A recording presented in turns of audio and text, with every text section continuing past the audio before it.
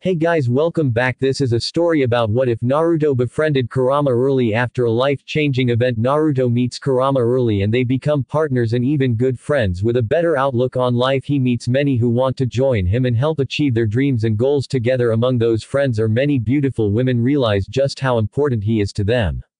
Before we start, thank you for all of the support. It really means a lot to me. Don't forget to subscribe to this channel and leave a like. You can suggest a Naruto fanfiction with a link in the comments if you want me to read it, and check the description for the creator of this great fanfic and support them for making this fanfic. So let's start.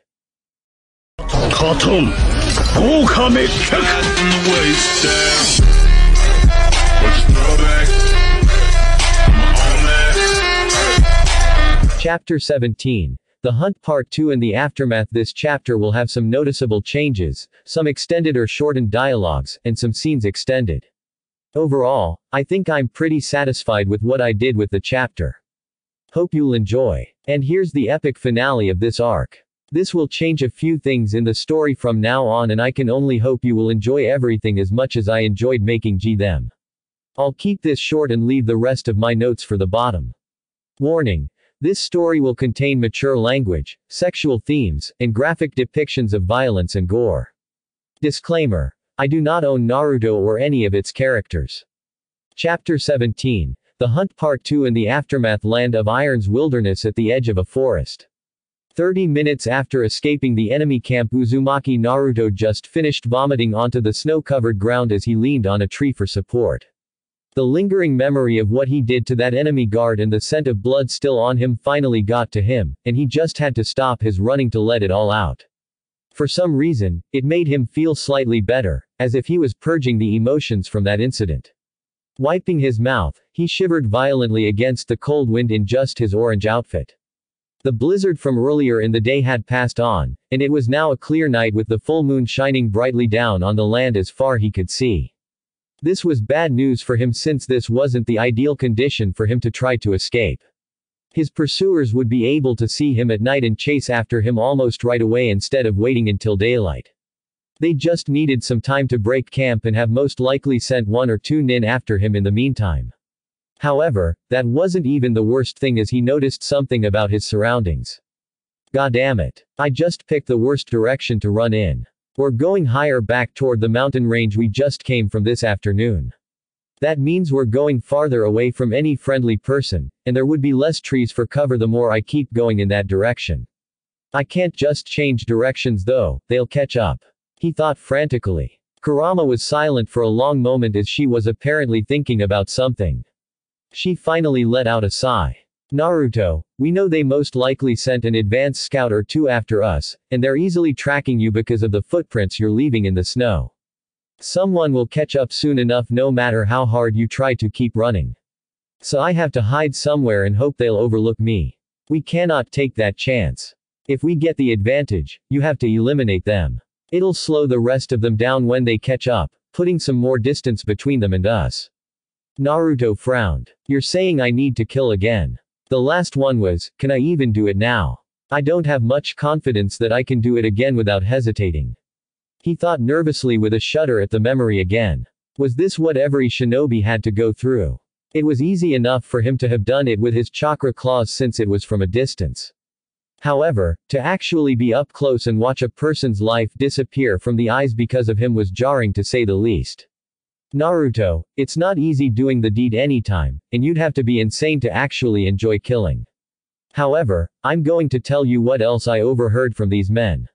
They were talking about Orochimaru and laughing about how sorry they were feeling for the boy they captured. They knew what he was going to do with you. He was going to do extremely invasive and painful experiments on you for as long as he was able to keep you alive. You will know nothing but pain, violation, and despair as long as you are a prisoner of that snake bastard. He will make that 5-day-long torture session you put yourself through feel like a pleasant dream. Kurama growled out in rage at Orochimaru for even daring to target Naruto. She let her anger die down and her voice became forceful. You know how much I hated seeing you suffer, and I will not be able to do anything but watch you go through that for the remainder of your life with that monster. If you can't do this for yourself, then do it for me. Right now, I want nothing more than for you to be the last one standing, and I don't care if it has to be so violent and gruesome that all their blood and guts ended up being spread all over the entire mountain range. Their lives were forfeited the moment they understood they were bringing a young teen, who's also my trusted friend, back to be put through hell with that monster. Naruto had to smile gratefully at how badly Kurama wanted him to live through this. He also knew his friends wouldn't care how many enemies he would need to rip apart as long as he returned to them safely. He thought of Hinata and his guts twisted into knots at the image of her crying for him if he had disappeared or died. He didn't want to be responsible for that at all, and he would do anything to keep her happy. Most of all, he wanted to return and receive her most affectionate hug, feel how her soft body greedily molded itself to his as if they belonged together lately, and then finally feel her soft-looking lips on his. His eyes widened at this abrupt scenario, and how right it felt to him at that moment. Now, he couldn't imagine not ever getting that from her eventually, and repeatedly as well. His hand gripped the tree trunk until it cracked under the pressure and his expression became agape at this sudden revelation.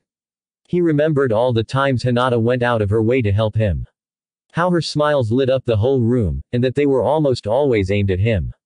He noticed how she absolutely trusted him no matter what because she knew he would never intentionally hurt her. He also remembered how she always blushed red and panted slightly whenever she hugged him lately. It was as if she wanted the exact same thing he imagined earlier, but had to hold herself back because she was patiently waiting for him to realize his feelings.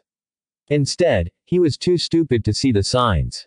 Now, everything all clicked into place for him. Why it made him so warm and happy to see her display that special smile that he knew she reserved only for those close to her. Why it pained him to see her so sad, like when he had to console her after she tearfully opened up about her deceased mother. Why it irritated him when he overheard other boys his age comment about her still growing beauty and incredible personality.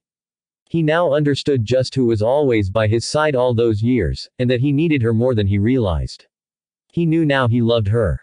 Okami, Kurama, I think Hinata-chan likes me. And I love her. I always did for a long time, he whispered in shock. Of course this has to be the way. Only you, Uzumaki Naruto, would pick this wonderful time to have that oh so startling revelation right now. Right in the middle of a fucking manhunt for your own head. You knew. Everyone in the whole goddamn village knew. Kurama roared loud enough to rattle his head, making him wince. Her voice then abruptly turned deadpan. Talk later, survive now. Damn it, I can't let this end here. I'm getting back alive, no matter what happens. Not just for you but I need to tell Hinata-chan how I feel. If they get in our way, so be it. It's them or us. Good to see you got your usual resolve back. It's not just Hinata who needs you, but that little snake and flower girl as well. The others, too. Naruto frowned at the mention of Anko and Ino. Now that he understood his feelings about Hinata, he noticed that he would do just about anything for the other two's safety and happiness too. He also had to admit that he greatly enjoyed whatever affection he received from them as well, and he couldn't deny that he still harbored a small crush on Ino from long ago. Those feelings weren't as certain as it was for Hinata, but it was enough to confuse him. Did he also like Anko and Ino that way too? Wasn't he supposed to only feel for one woman? He would have to explore those feelings later when he got back. For now, he quickly took his surroundings in to formulate a plan. Without my stuff for traps, we need those trees for ambushes so I can't go on too far up the mountains. That steep hill up ahead will be a good location. Even this vomit will be useful too. How would that work? It might help lower at least one guy's guard if they find this and think I'm just a scared and injured kid out here alone trying to deal with a kill. To be honest, you were actually a scared and injured kid out here alone trying to deal with a kill, until just a moment ago. Not anymore thanks to you, Kurama. Naruto thought with a grin as he hobbled through the snow up the tall and steep hill and over along a line of trees. He continued down the slope until he felt he went far enough, then stopped and brought his hands up into a cross shape. Please, let this hold. He muttered before whispering, Kage Bushin. A clone popped into existence in front of him but he knew his chakra didn't mold properly. It was obvious to him that this clone wasn't going to last long from its sickly and exhausted looking appearance. Clearly his chakra network hasn't gotten back in order yet. Go, do your thing. The pale-looking clone panted out as he slowly trudged onward through the snow away from its creator. Naruto nodded sadly toward the clone before he hopped up into the trees nearby and made his way back up to the top of the hill using the limbs. He was careful not to disturb the snow and ice hanging on the trees themselves so as not to give anything away to the people chasing him. He found a solid-looking branch hanging over the hill and the track in the snow he recently made. He then secured himself carefully above the crest of the hill. He glanced out to the lone clone still trudging through the snow in the distance, and hoped it held out long enough. "Here's hoping this works," he whispered as he made several hand signs. To his great relief, his chakra molded properly this time and his body shimmered to blend in with the surroundings as he successfully activated the transparent escape jutsu. I can't believe Ero Sennin originally created this just for peeking. This is a lifesaver. You'd be surprised at how many notable inventions were created for completely different purposes. Just a few seconds after Naruto activated the jutsu, a pair of his pursuers came into view out of the forest he had just made his way through before the unscheduled stop. He slowed his breathing and heart rate as he prepared to do what needed to be done. He grinned with satisfaction as he watched the two nin find the puddle of vomit from earlier and he heard them comment that their target was just running scared.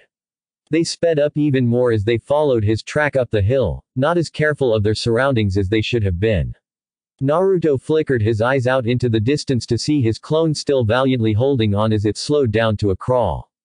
It was going to pop any second now. The clone did its job when the two nin reached the crest of the hill and saw it in the distance.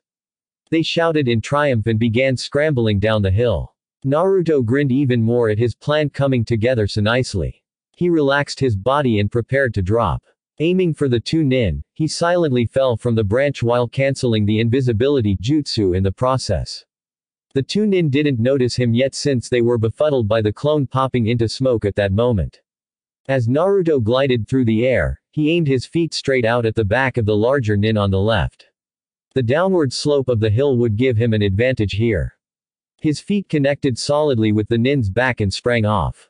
The force of the kick plus the slope meant the nin was knocked forward and sent flying down the hill like a speeding missile, until he came to an abrupt stop with the ground when it leveled out again.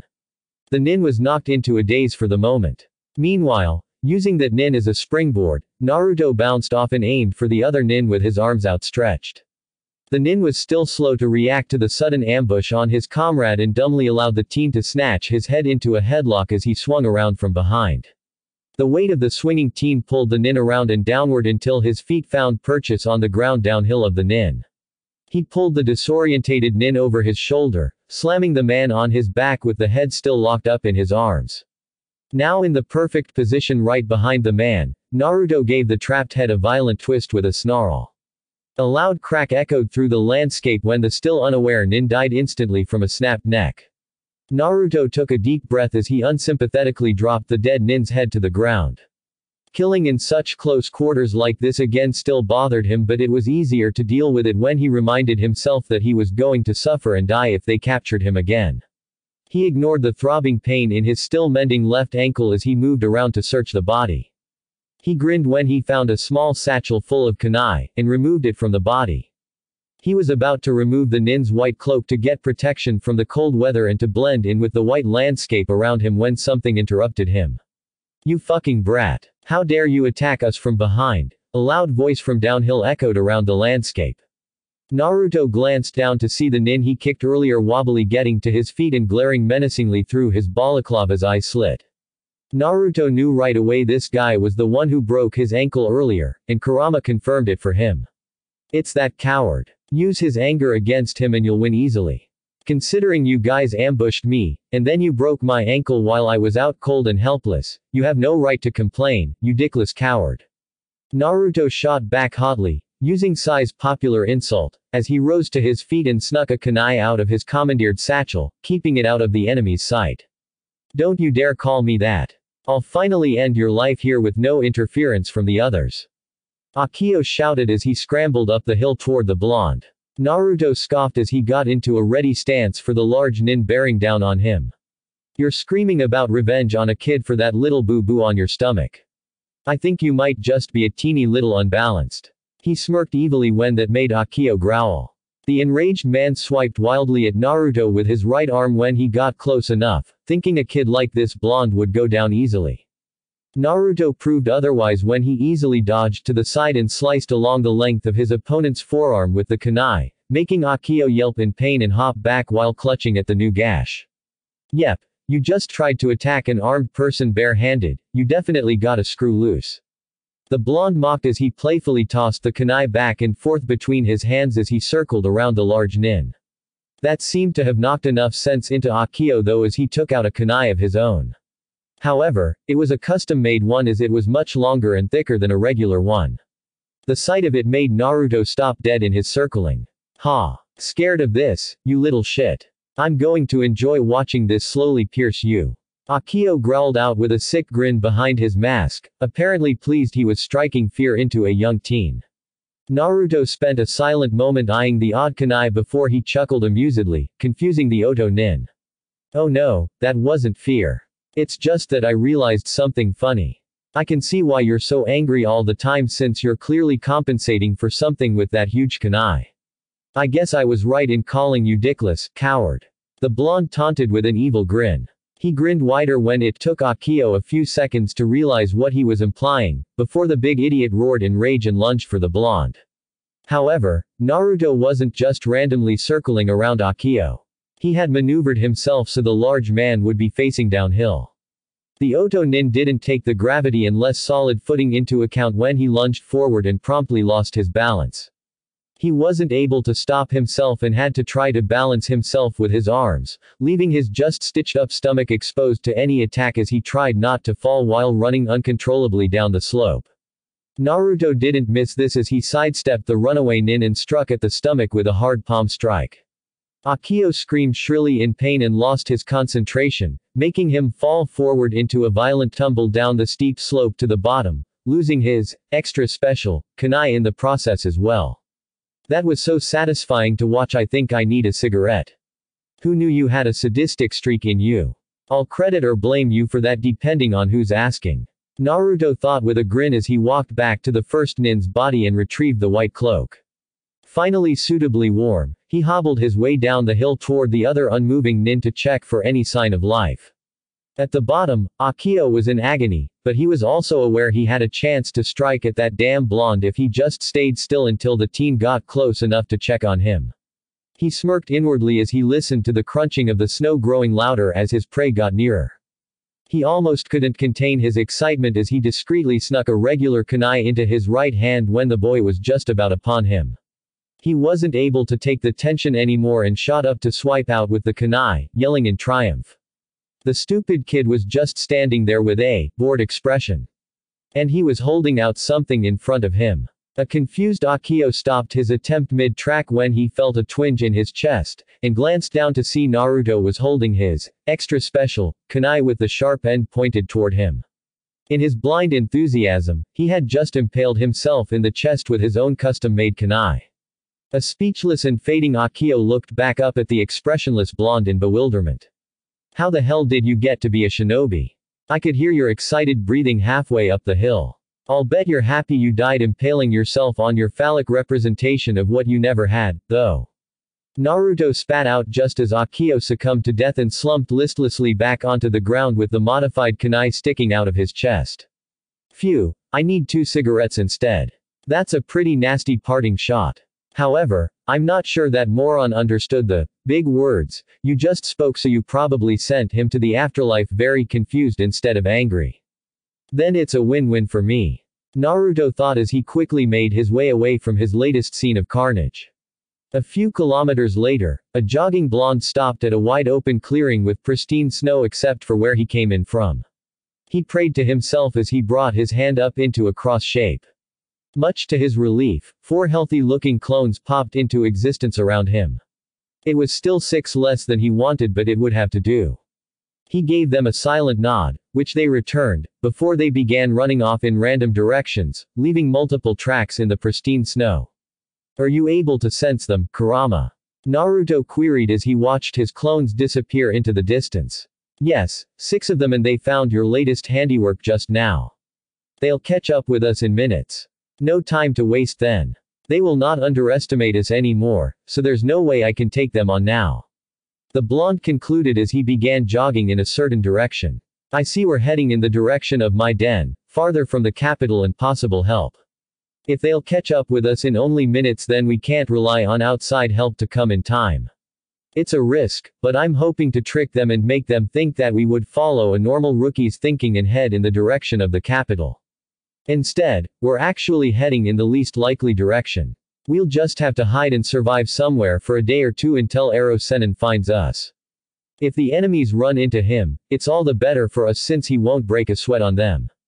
That's definitely the best option we have. Here's hoping it'll work. 15 minutes later had Naruto standing in a small forest some distance from the clearing he was just in, but still close enough for Kurama to sense what was happening over there. How's it going? They arrived at the clearing and they're just standing around, apparently discussing which direction we might have taken. Wait, they're moving. Naruto waited in tense silence for a moment before Kurama chuckled. Your deception worked. They're all heading toward the capital in a hurry. They're not even bothering to split up and take all the tracks. Great. I think this is finally turning in our favor. Naruto thought with a victorious smile as he turned around and began walking in the opposite direction from the enemy. Now all he had to worry about was find some shelter and wait for any positive sign. Naruto. Something's happening with my chakra. It's draining from me too fast. Kurama's alarmed voice befuddled Naruto for a second before he fell to his knees, doing everything to hold in his loud scream of agony as what felt like the worst kind of hellfire spread quickly throughout his entire body. Instead, a low-pitched whine escaped through his gritted teeth as he crouched into a ball and hugged himself tightly as if to prevent his entire body from falling apart. He did his best to keep his sanity long enough to hear Kurama panicking about the situation. I don't know what's going on. Your body has been reacting strangely for the past day and this is likely the latest episode. Right now, your entire body is trying to suck in every single bit of my chakra all at once. If this keeps up, you'll explode from the pressure. How? Stop. Naruto's mind was so besieged by pure agony he's never known before that he wasn't able to even think a complete sentence. You'll need to release all the chakra in your system outward. It should flush it all out.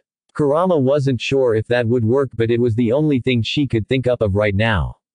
Found out. Naruto was able to retain enough presence of mind to realize doing this would attract his pursuers their way after all the effort of tricking them successfully.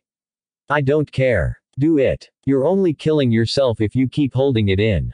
Kurama screamed into Naruto's mind. It was all he needed as he threw his head skyward and let out a loud agonized scream. A wave of red chakra exploded outward in all directions. It savagely vaporized the entire forest around Naruto immediately and continued expanding outward for several kilometers, destroying everything in its path. In almost an instant, everything in a 5-kilometer radius around a lone blonde became a barren wasteland. However, this seemed to have worked for Naruto, as he relaxed and flopped forward on the ground panting. Oh Kami, please don't let that happen to me again. I don't think I can handle any more of that. Naruto, Kurama, are you okay? You were saying it was draining you. Moron. I should be the one asking you that. I only lost about a tail's worth. I'll get it all back in just a few seconds. Naruto panted as he slowly pushed himself off the ground with trembling arms until he got on his wobbly feet. That's good. Why did it hurt if I only took a tail's worth? I use more than that often. That's because it was regulated between us two. Even when you activate your shroud or transform, my chakra flows into you at a set rate. Just now, your body opened the dam wide open and took it all in at once. Your coils weren't capable of handling that sudden increase in volume mixed in with your own abundant supply of chakra. However, from what I can tell within your body, that episode just expanded them exponentially. In a very violent and painful way, you just became capable of handling a lot more chakra now. Oh yay, just what I need, more chakra to add to my already above cage level reserves. Not to mention more goddamn chakra control exercises. What if this was what you needed for your full transformation, to be able to handle more of my chakra? That's the only logical explanation I can think of for this to happen to you just now. Maybe this means my body's ready to try the transformation now. Perhaps, but we shouldn't test it in an active situation. That reminds me, I have bad news. They felt the chakra and are coming our way. Naruto knew since the clones he created earlier dispelled due to his recent episode and he just got their memories. They felt the chakra explosion from that distance. Right. They're around 10 kilometers away, so you still have a head start. I would recommend taking advantage now. Naruto let out an angry snort at this poor timing and pushed his aching body into running forward as fast as he was able to handle. Before long, he left the barren landscape he created and headed deeper into the mountain range, but his still mending left ankle and his aching body were still slowing him down too much. I'm gonna have to do something drastic. I can't run from them anymore. What are you thinking about? Naruto searched around as he continued running, looking for any particular mountain he could attempt to run up. It needed to meet a certain condition, and he found one. He changed directions and ran toward a small mountain nearby that was steeply sloped and covered almost to the peak in snow. Kurama read what was going through his mind and became horrified at his recklessness. You're a fucking idiot. You're more liable to kill yourself than them. I'd rather you let them capture you and we'll just figure out how to escape another way. We can't risk that. They sent that bloodthirsty guy after us first. It implied to me they weren't too concerned about me being accidentally killed in the process, most likely a secondary order if I won't let them capture me easily. Also, if they actually take me alive, what if I couldn't escape this time? I don't want you to watch me die slowly under that snake bastard. I have to do this, Kurama. This is our last option. There was a painfully long moment of silence between Naruto and Kurama as he reached the base of the mountain and began climbing as fast as his battered body would allow. You know, I consider your other friends, especially the females, to be lucky. They're not stuck in here 24/7 watching you foolishly jump into then get out of situations that should have killed you easily. I'm the one who has to watch everything happen to you hoping to Kami you'd survive. The worst part is that I can only help you by healing your broken body afterward. If we survive this, you can bet I'm going to give you hell for this afterward. Kurama spoke calmly, clearly resigned to whatever was going to happen. Naruto smiled gratefully. Thank you, Kurama. For everything. I mean it. If you were trying to sell me on this suicidal plan, you should at least avoid making that sound so final, Naruto. 30 minutes later, halfway up the mountain, the morning sun was about to peek out over the horizon. It also just began snowing heavily again and winds picked up into a roar on the steep slope of the mountain. A young blonde teen was desperately trying to climb as fast he was able to. And he wasn't alone. Clang. A clash of metals cut through the roaring winds as an exhausted Naruto narrowly deflected another kunai strike from one of the Oto nin surrounding him. They caught up to him 5 minutes ago and began harassing him as he slowly backed himself up the mountain, keeping them in front of him. 5 nin surrounded him in a half circle, moving wherever he moved, keeping a fixed distance between them and him. 1 nin remained behind the 5 to avoid any possibility of Naruto suddenly slipping through the circle with nothing but clear land in front of him. That man was the leader, Joji. Good going, men. Tire him out little by little, and maybe we'll capture him and actually keep him under tight control this time. He called out to the men. However, he had a lingering doubt in his mind as he watched another one of his men knock Naruto into the deep and loose snow for an instant with another deflected strike. Why did he go up this steep mountain and encumber himself further with this much snow? Was it desperation driving him crazy, or another clever tactic like he tried with the misdirection back at that clearing? Naruto grunted as he deflected another strike that made him stumble again. He had to expend more energy to get back to his feet quickly and continue shuffling backward farther up the mountain. He was tired and frustrated. These men were competent compared to the ones he killed. They were careful not to make mistakes, and his earlier attempts at riling them up into attacking angrily didn't work. He wondered if the leader secretly hoped that he eliminated the apparent weak links of the group when those 2 incompetent nin were sent after him earlier. I wonder about that myself too. I'm sensing a pattern in their attacks though. The next one after this strike should come from your far left. Kurama advised. Thanks. I think I'm going to show them why they shouldn't be too comfortable with me. Naruto thought as he deflected this coming strike from the center with his kunai and allowed himself to fall to the ground. As he struggled to get up, he discreetly clutched the bottom right corner of his cloak with his right hand and held it behind his right leg, out of the leftmost nin's sightline. He had to fight down a smirk when no one noticed the little sleight of hand. He then gripped the kunai tightly in his left hand to prepare and, just as Kurama predicted, the leftmost nin rushed at him. Naruto easily deflected the enemy's kunai and, as the enemy passed close by, the blonde quickly maneuvered his cloak up into the surprised nin's path and wrapped it tightly around his head to trap him. Naruto then gave his cloak a hard yank, causing the blinded nin to cry out and fall backward defenseless onto the ground in front of him like an offered prize. Before anyone else was able to interfere, he quickly raised his kunai and stabbed it down hard into the nin's chest, right where the heart was. With a gurgle, the nin became lifeless in the cold snow of this mountain, cutting the number of enemies to 5. Before Naruto could quickly recover from his kill, he heard an angry yell. He finally sent his enemies into rage, but his exhaustion in the deep snow slowed him down too much to get into position. An enraged nin rushed in from the stunned group with his tanto drawn and Naruto had to hastily remove the kunai from the dead nin's chest to deflect a full-strength swipe at his neck. It took all his effort, making the blonde lose the bloody kunai in the snow and his balance as well. He was unable to react in time when the angry nin followed through with a downward slice, his tanto tasting flesh as it slashed down the left side of Naruto's face. Naruto roared sharply as he clutched at his face, before slumping face down into the deep snow. The snow underneath the yelling blonde's face was already turning dark pink with blood. The nin was about to go in for a killing stab aimed at the teen's exposed brain stem when he was stopped by a hand on his shoulder. Stand down. Joji ordered harshly. But, he killed. The nin tried to struggle out of the grip to continue. I know. I want to kill him too, but we have our orders if he can still be captured. It looks like he's finally done for. Joji replied as he looked down at the grievously injured blonde. Naruto's continued cries of anger and pain echoed throughout the mountain range. In fact, they were loud enough to make the deep snow on this mountain vibrate slightly around Joji's legs. The taiko felt cold fear grip him as he realized just what Naruto had planned. He lured them up here for only one thing. Toshiki, sedate him now.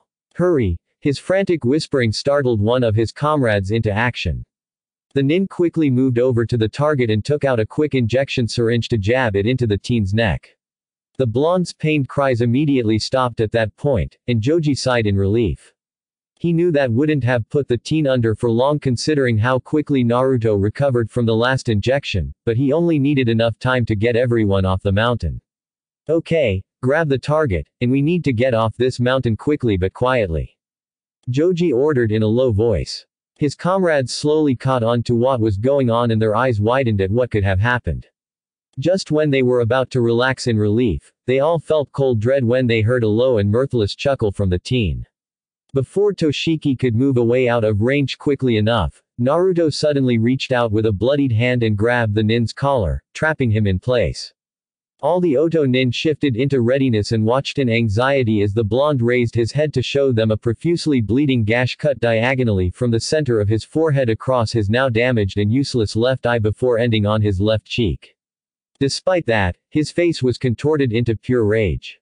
To make this worse, his remaining eye had turned into a crimson silt, and the enemy nin all felt a terrible presence press down on them when red chakra began to emerge out of the boy's body. You bastards, I'm sick of this bullshit. You beat me up, relentlessly chased me for most of the night, and now you just cost me an eye. You motherfuckers aren't getting off this mountain alive if I have anything to say about it. Naruto growled out menacingly through fanged teeth as he pulled a terrified Toshiki in close and inhaled.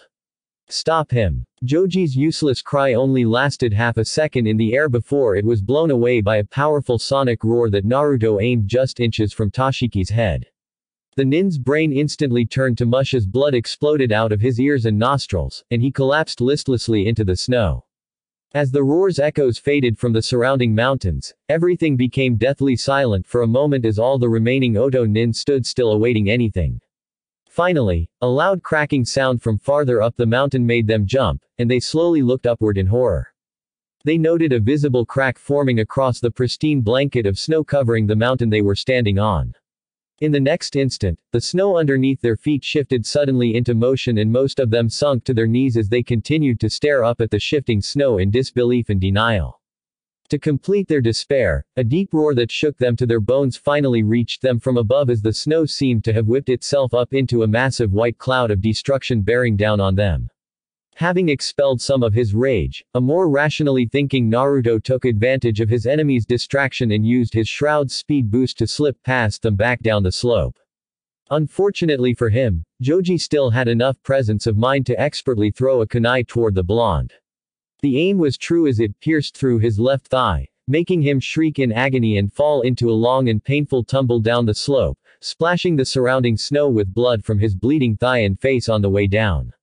Joji then barked out an order to run, and turned around to escape down the slope, not even checking to see if his comrades were doing the same.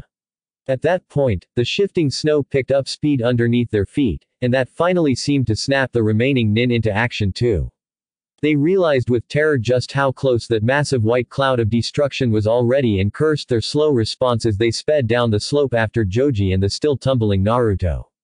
The roaring avalanche reached the 4 Oto nin almost immediately, and they leapt as high as possible into the air to try to alleviate the impact. It passed underneath them before they had to fall helplessly into the rapidly flowing snow. Naruto wasn't as fortunate as he had just rolled to a stop 100 meters from the ground level and stared up in terror. He wasn't able to move for the moment because of his wounded thigh. "Crank up the shroud, and brace yourself," Kurama warned frantically. He automatically obeyed as he increased the red chakra's density the best he could, and braced himself into a defensive ball. The roaring snow hit him like one of Guy's full-strength kicks and he had to just let his body be battered around by the snow, rocks, and broken pieces of wood. It felt like everything in his body was breaking, and his shroud didn't stand up to the abuse long before it quickly dissipated, allowing him to feel the full brunt of the avalanche. He felt it was an eternity being violently dragged across the ground in the shifting snow before his back hit something solid. If it weren't for the snow muffling him, he would have screamed shrilly as he felt his spine bend almost to its breaking point under the impact. Before long, he felt the snow's flow finally beginning to ebb around him and it eventually stopped. Groaning in pain from all over his body, he slowly moved his head around since that was the only part of his body he was able to freely move. It shed the snow off his head and he was able to see just above the deep snow pinning him to something. He slowly glanced behind with his good eye and saw that it was a dead but thick tree trunk. Checking closely, he also saw the tree was situated at the edge of a high cliff. Had the tree not been in his way, he would have been swept over the cliff to certain death. He chuckled weakly. "I don't know if that's lucky. My entire body hurts even worse than when I was absorbing the chakra in your den." He mumbled out quietly as he slowly swiveled his gaze across the silent and white landscape in front of him, absent-mindedly noting that most of the snow was now gone from the mountain he was just on. He was too badly hurt to even get himself out of the snow. "For the love of all that's holy. I can't believe you lived through this, you manic. I'm seeing fractures on nearly every bone in your body. Only your left arm and right leg are completely intact. You're also suffering massive internal bleeding and some ruptured organs. I'm trying my best to repair the worst damages first, but whatever's getting your body out of whack is interfering with my efforts here. It's very slow going at this moment. Can anything be done about my left eye?" Naruto thought nervously. He felt his hopes dampen when Kurama was silent for too long a moment. "That, we'll have to talk about if you get out of here alive. You need serious medical attention and, unfortunately, an eye is low priority on the list of injuries you currently have." She spoke softly. "I understand, Kurama. Thanks," he replied emotionlessly, not sure what to feel right now about the loss of something as vital as his eye. He decided to take Kurama's advice and worry about that when he was back and safe in Konoha. As he mulled over trying to crawl out of the snow using his two intact limbs because he was quickly getting cold, something caught his attention about 20 meters away in front of him. Some snow was shifting and he had a sinking feeling when he watched a hand shoot out. His stomach sank even further when he saw 3 more arms shoot out of the snow near the first one. "Shit," he whispered. "What? Did you say something? Oh no." Kurama whispered in despair as she finally noticed what Naruto was looking at. "Just for once, I would love it if our amazingly bad luck would cease for one goddamn minute. Those fucking cockroaches just won't die." She growled out angrily as she began pouring even more effort into fixing up Naruto's body, but they both knew it was a futile effort. They simply did not have the time. The blonde continued to watch with growing resignation as 4 battered but still capable shinobi slowly pulled themselves out of the snow. He prayed they wouldn't notice his bright yellow blonde hair in a sea of white snow, but one of them of course saw him and weakly relayed his discovery to the others. All four slowly looked in his direction as they kneeled to catch their breath. Fuck, he said louder. The leader shook his head tiredly as he rose to his feet, followed by the other men. Naruto knew he wasn't going to escape death this time. They all had a depleted look in their eyes. They were tired of trying to capture him, and were prepared to simply end his life to put all of this behind them. You should know I'm sensing that old toad closing in on this location fast. He's still too far away to get here in time, though. Thanks. I'll try to figure out how to stall them. Naruto's defeated tone told Kurama that he absolutely had no trick left and was just putting on a brave front. They weren't going to get out of this alive. Brat, I don't even know what to say here. I thought Master was joking when he suggested 10 men for this mission. Now I know it wasn't even close to being enough. You gave us hell for the past day and, even though you're finally helpless and we could safely transport you now, we're sick of this. I'm just going to end your life right now. Think of this as a favor from me because I'm sure you wouldn't enjoy being alive under Orochimaru-sama's attention. Joji spoke resignedly as he slowly reached over his right shoulder for the hilt of his tanto strapped to his back. He then slowly moved closer to his trapped prey while his remaining comrades silently stood back. Gee, I feel special. Naruto grumbled out sarcastically as he stared up defiantly into Joji's eyes. The man grinned sardonically behind his mask as he continued to step closer. It felt to Naruto like time was slowing down when the rising sun behind Joji caught the edge of his just drawn tanto. As the glare from the blade shone into his eye and made his vision white for a moment, he began to watch images of his life flow through his mind. He focused on Hinata's brightly smiling visage. She was so beautiful and gentle that he did not want to imagine even making her sad. That would happen if he died here on this lonely cliff. He absolutely needed to return and tell her how he felt about her. Enko's mischievous grin came next, and he remembered promising her he would watch her back in future missions.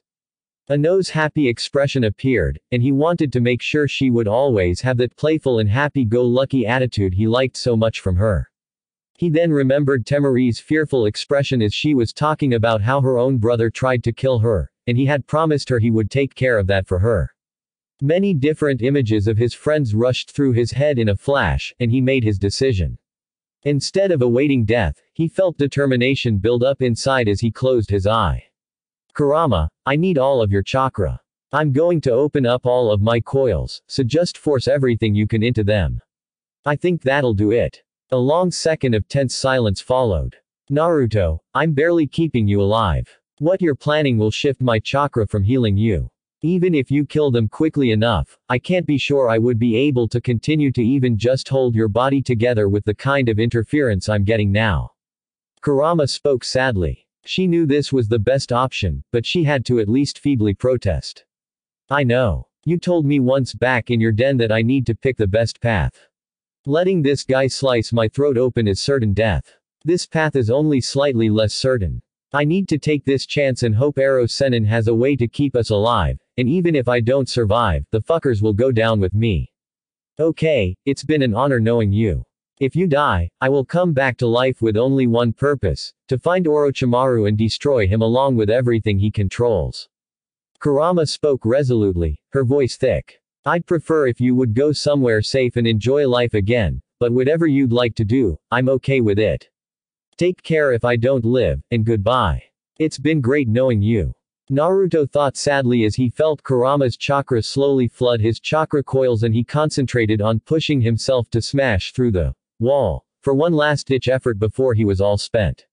Outside Naruto's mind, Joji raised an eyebrow when he watched the half-buried teen's expression change slightly from resignation to what looked like determination. Ignoring that, he kneeled down next to the teen's head and silently moved his tanto against the target's throat. He was going to give it a quick tug, and then it would finally be over. It was at this moment that a powerful presence exploded out of the teen that overwhelmed Joji and his comrades as they felt like certain death was pressing down on them. Naruto's left arm suddenly shot out of the snow, knocking the tanto away in the process as it clutched onto Joji's surprised face. Naruto opened his right eye and stared up at his would-be executioner with a fierce glare. I have to get back to Konoha. He whispered so softly that Joji almost forgot about the hand gripping onto his face and strained to listen closely. I have to see everyone again. Naruto's voice rose as his hand on the man's face began to tremble as it grew crimson fur.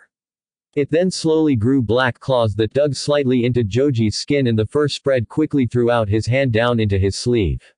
He felt massive changes spread throughout him as he began to physically grow and gain more mass and muscles. Every inch of his clothes were easily shredded by the ongoing transformation at this point, but he was glad to note that the fur helped quite a bit against the biting cold of the mountain's weather for now. Joji's trembling eyes widened slowly as he watched this through Naruto's enlarging fingers. In the reflection off one of the man's eyes, Naruto vaguely saw his face changing shape and growing crimson fur all over. He was somewhat intrigued to note animal-like ears growing out through his disappearing blonde hair. I have to return to her. His growling voice grew deeper into a low roar as he watched his trembling hand grow even larger and more muscular than ever before, and it now almost completely wrapped around Joji's entire head. One of the Oto Junin's trembling eyes peeking between Naruto's now enormous fingers showed him just how much his transformation was terrifying the grown man. Yet, Joji couldn't react at all as he watched, in paralyzed terror, a young teen change into an entirely new creature in front of his eyes. Soon enough, after what felt like hours but only seconds passed, the transformation finally stopped, and Naruto knew he needed to get started because this wasn't going to last long. The other three nin a few meters away stood rooted in their spots as a giant. Something took their target's place and it easily climbed out of the snow, trapping it with a groan. It clambered slowly to its feet with its left hand still clutched tightly around Joji's head, dragging the limp and trembling man along with it. For a long moment, everything was eerily calm, as the creature just stood still and seemed to take in a long peaceful breath with its nose up in the air. However, that all changed when its lone but fierce-looking blue eye snapped to the three terrified nin. Everything all went to hell when the creature bared its fangs aggressively and hoisted a feebly struggling Joji by his head high into the air. It then growled ferociously as it tossed the screaming Junin like a missile at his three terrified comrades. It then released a mighty roar skyward. A few minutes earlier, some distance away, holy fuck, what the hell happened here? Jiraiya muttered out in alarm as he glanced around a large barren piece of land slowly being covered up by the falling snow. Naruto had to have done this, he thought frantically. Recently, he came across the footprints of 6 people at a large clearing. It was clear from the multiple smaller footprints there that Naruto tried to misdirect them. Deciding the 6 people were a threat, he followed their tracks in the snow to eliminate them quickly before resuming his search for Naruto. He followed the tracks to this large circular section of the landscape that was apparently turned barren by an explosion of the Kyuubi's chakra. That was when he lost track of the enemy's footprints at this point. Jiraiya anxiously looked around for any sign of new tracks as he walked along the edge of the large barren land that was now slowly being covered up by new snow. He was about to yell out in frustration from wasting so much time searching when he heard a fading roar from a certain mountain in the distance. That's his sonic roar, he whispered to himself before he immediately sprinted toward the mountain. He then noticed all the snow on the entire face of that mountain shift and flow downward into a large avalanche.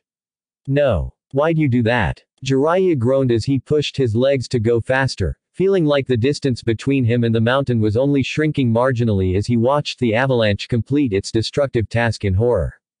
He prayed to every deity out there that Naruto was going to be alright as the dying rumble of the avalanche reached his ears from this distance. He kept his eyes focused on the mountain for any tiny speck of blonde hair as his legs ate up the distance quickly. His sinking feeling grew into desperation as he reached the base of the mountain and frantically searched all over the disturbed snow. He cursed himself for not being any good at sensing, and contemplated wasting a precious few minutes to build up the energy necessary to summon the elder toad Shima for her ability. However, that wasn't needed when he felt a shift in the air before the Kyuubi's presence washed over Jiraiya like a tidal wave. This felt more potent and more focused than he's ever experienced from Naruto's transformations so far. As he steeled himself against this powerful pressure, he pinpointed it to be coming from a high cliff located some distance away between this mountain and another. He was about to run in that direction when he saw a visible shockwave expand outward quickly from the cliff, vaporizing all the snow in its path. It was strong enough to reach Jiraiya's position instantly, and he had to brace himself to let the chakra-enhanced roar pass over him almost harmlessly. Feeling a little frazzled and his ears ringing, he forced himself to keep running toward whatever was happening on that cliff, and he was happy there was no more snow around to encumber him this time. Half a minute later, he saw another shockwave expand outward from the cliff again. Thinking quickly, since he would actually be injured at this much closer range, he jumped behind a nearby large boulder to shield himself against the wave as it passed over, cracking the boulder itself. Ears ringing again, he took a moment to shake his head a bit, and that was when a wet slap on the ground in front of him caught his attention. Jiraiya glanced down and was startled to see a bloody piece of a man's head, savagely torn off at its lower mandible, lying at his feet. Taking a deep breath at this grisly sight, he knew whatever this man saw in his last few seconds of living was terrifying, as he noted the frozen terror in these dead eyes. For a brief moment, he wondered if whatever awaited him up at the cliff would see him as friend. He prayed Naruto would be all right and at least in his right state of mind. Ignoring the discarded remains, the Toad Sage continued onward. He felt the strong presence in the air begin to let up slowly, which gave him hope that whatever was happening was over. He was making his way up a steep slope leading to the cliff when he made out a large humanoid shape at the top that was just standing there and breathing heavily, but he couldn't make it out clearly due to the low visibility from heavy snow falling between the two of them at this distance. All he knew from observing this hazy silhouette was that it was enormous, at least 3 times his own impressive height, and it had multiple long tails swishing around ominously behind it.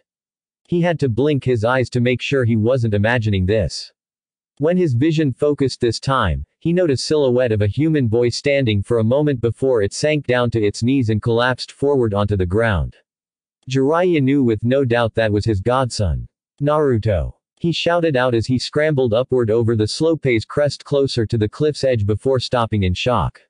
He felt like he just walked into a massacre as he noted torn human body parts and organs peppering the entire cliff area, and blood covered everywhere he looked.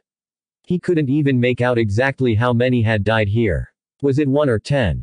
He forgot about that question when something caught his attention. Lying on his stomach in the middle of this gory scene was a nude blood-covered blonde young man with many terrible wounds all over him. Cursing, Jiraiya quickly rushed to his side and carefully turned him over. He couldn't prevent a low growl at seeing the horrific damage done to the left side of this teen's face. Naruto, please wake up. I need to know you're alive. Jiraiya pleaded quietly as he frantically searched for a pulse on the teen's neck. It was there, but incredibly weak. Naruto's remaining eye cracked open slightly at that moment. Arrow, late, he slowly forced out with a small smile. Jiraiya looked sharply up at Naruto's face and sighed in relief. I know, Gaki. I'm so sorry I didn't get here in time. I'm going to get you treatment quickly, he said frantically as he gently laid the boy on his back to hastily unseal a first aid kit and remove his cloak for bundling the blonde against the cold weather. Naruto frowned weakly. Hubby, he squeaked out. This stopped Jiraiya cold in his handling, and he looked at Naruto's face in shock. After a moment's thought, his slack expression slowly morphed into rage. That bastard did this, to you, he growled out, as angry as he had ever been at his traitorous ex-teammate. Naruto nodded weakly and looked like he had to expend all the energy he had left into forming his left hand into a pointing gesture toward a lone tree on the edge of the cliff. Jiraiya's gaze followed the gesture to a masked man sitting slumped over at the base of the tree. He was missing his entire right arm and his left leg looked like it was torn off at the knee. Head, Inoichi, Naruto whispered softly, before finally succumbing to unconsciousness. Jiraiya knew what he meant by that and resolved to find out why Orochimaru got the idea to try this with his godson. Meanwhile, Naruto was slowly growing paler. Naruto. You need to stay awake. Please. Jiraiya begged as he gently shook the still boy.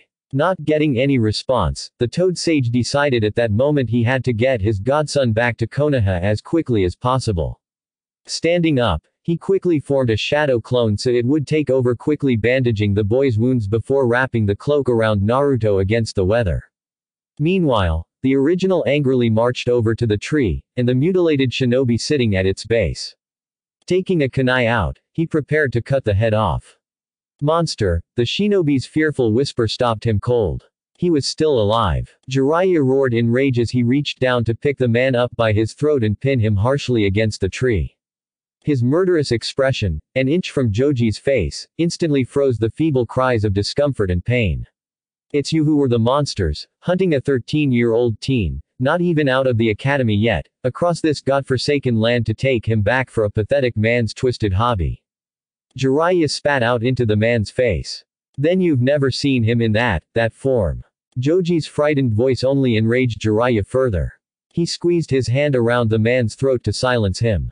If my godson didn't need immediate attention, I would have taken my time showing you how much of a monster I can be compared to even whatever you saw today. You think you may fear that snake bastard, but he's absolutely got nothing on me. Jiraiya growled out hatefully at the terrified masked man as he brandished his kunai.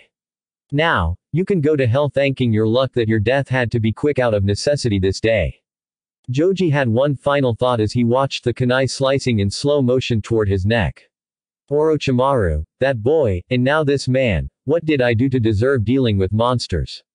A minute and a sealed head later had Jiraiya returning to his clone who was now carrying Naruto bundled up in the cloak. A piece of cloth was wrapped around the teen's damaged left eye like a makeshift bandage. Jiraiya looked sadly down at the pale-looking boy and ran his hand through Naruto's hair. You're going to be alright, Gaki. I'm going to do everything I can to get you better quickly. He assured as he gently took the boy into his arms and the clone dispelled. Taking a deep breath as he turned toward the edge of the cliff, he tightly held Naruto to his chest and then ran at full speed to leap off as high as he could. In midair, Jiraiya bit his thumb and then held his hand out straight down, as if he was somehow slamming it onto the air itself. A large and complex array of seals spread out from his outstretched hand. A huge puff of smoke popped into existence underneath him. As soon as he felt solid footing, he channeled chakra to his feet to latch on. He and an enormous teal-colored toad with two large katanas strapped to its back appeared out of the smoke falling toward the ground. Jiraiya Dono, I would appreciate it if you remember to summon me on solid ground next time. Preferably in a warmer climate as well. The giant toad spoke formally in a booming voice as he landed on the ground with an earth-shaking thud far below the cliff. I wish this was under better circumstances, Gamahiro Dono. However, this is an emergency and I need your help. I need rapid transport to Konoha in that direction, please. My godson is hurt badly and he needs medical help quickly. Jiraiya urged as he pointed in a certain direction. Gamahiro nodded as he noticed the feeble-looking teen in his summoner's arms.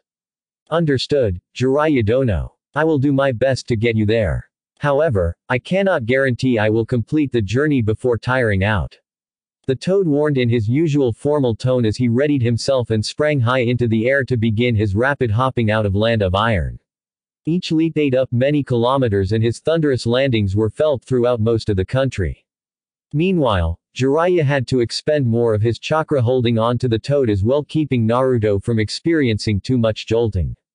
He also was applying a little chakra trick he learned from Tsunade long ago. It allowed for an almost stasis-like effect on a grievously injured person's vital organs when it was gently applied to the person's back for as long as the chakra reserves lasted.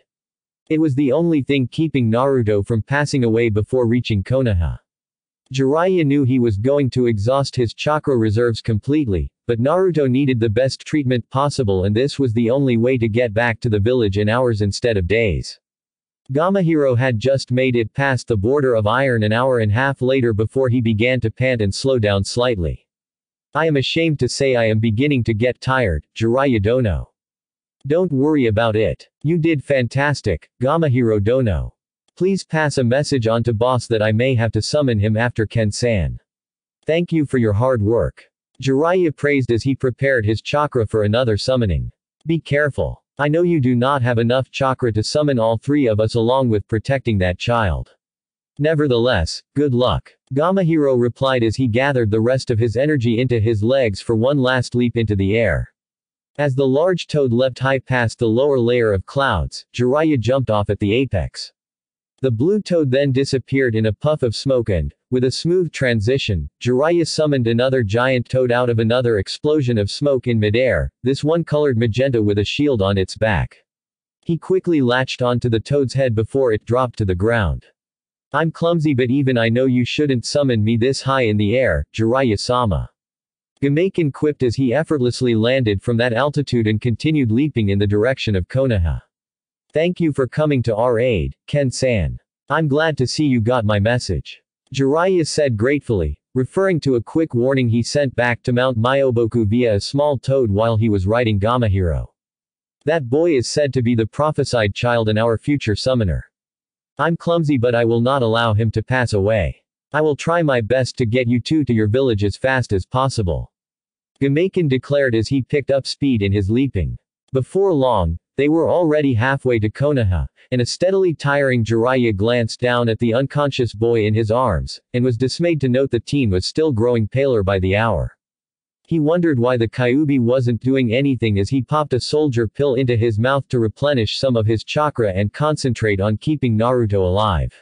Another hour and a half of leaping brought Jiraiya and Naruto within 100 kilometers of Konoha, but Gamaken, even with his high endurance, began to falter. At this point, Jiraiya was panting heavily from nearly exhausting his chakra reserves once more. Even though this was dangerous, he forced himself to take one more soldier pill, ignoring the required 48 hours waiting period for the previous pill's effects to run their course. He flinched as hot pain shot through him and felt some of his chakra being only marginally restored. It gave him barely enough for one more summoning and he would most likely fall unconscious soon afterward, but he needed to get Naruto back however he could. I'm sorry I'm too clumsy to get you all the way there. Gamaken panted out as he landed from his last leap.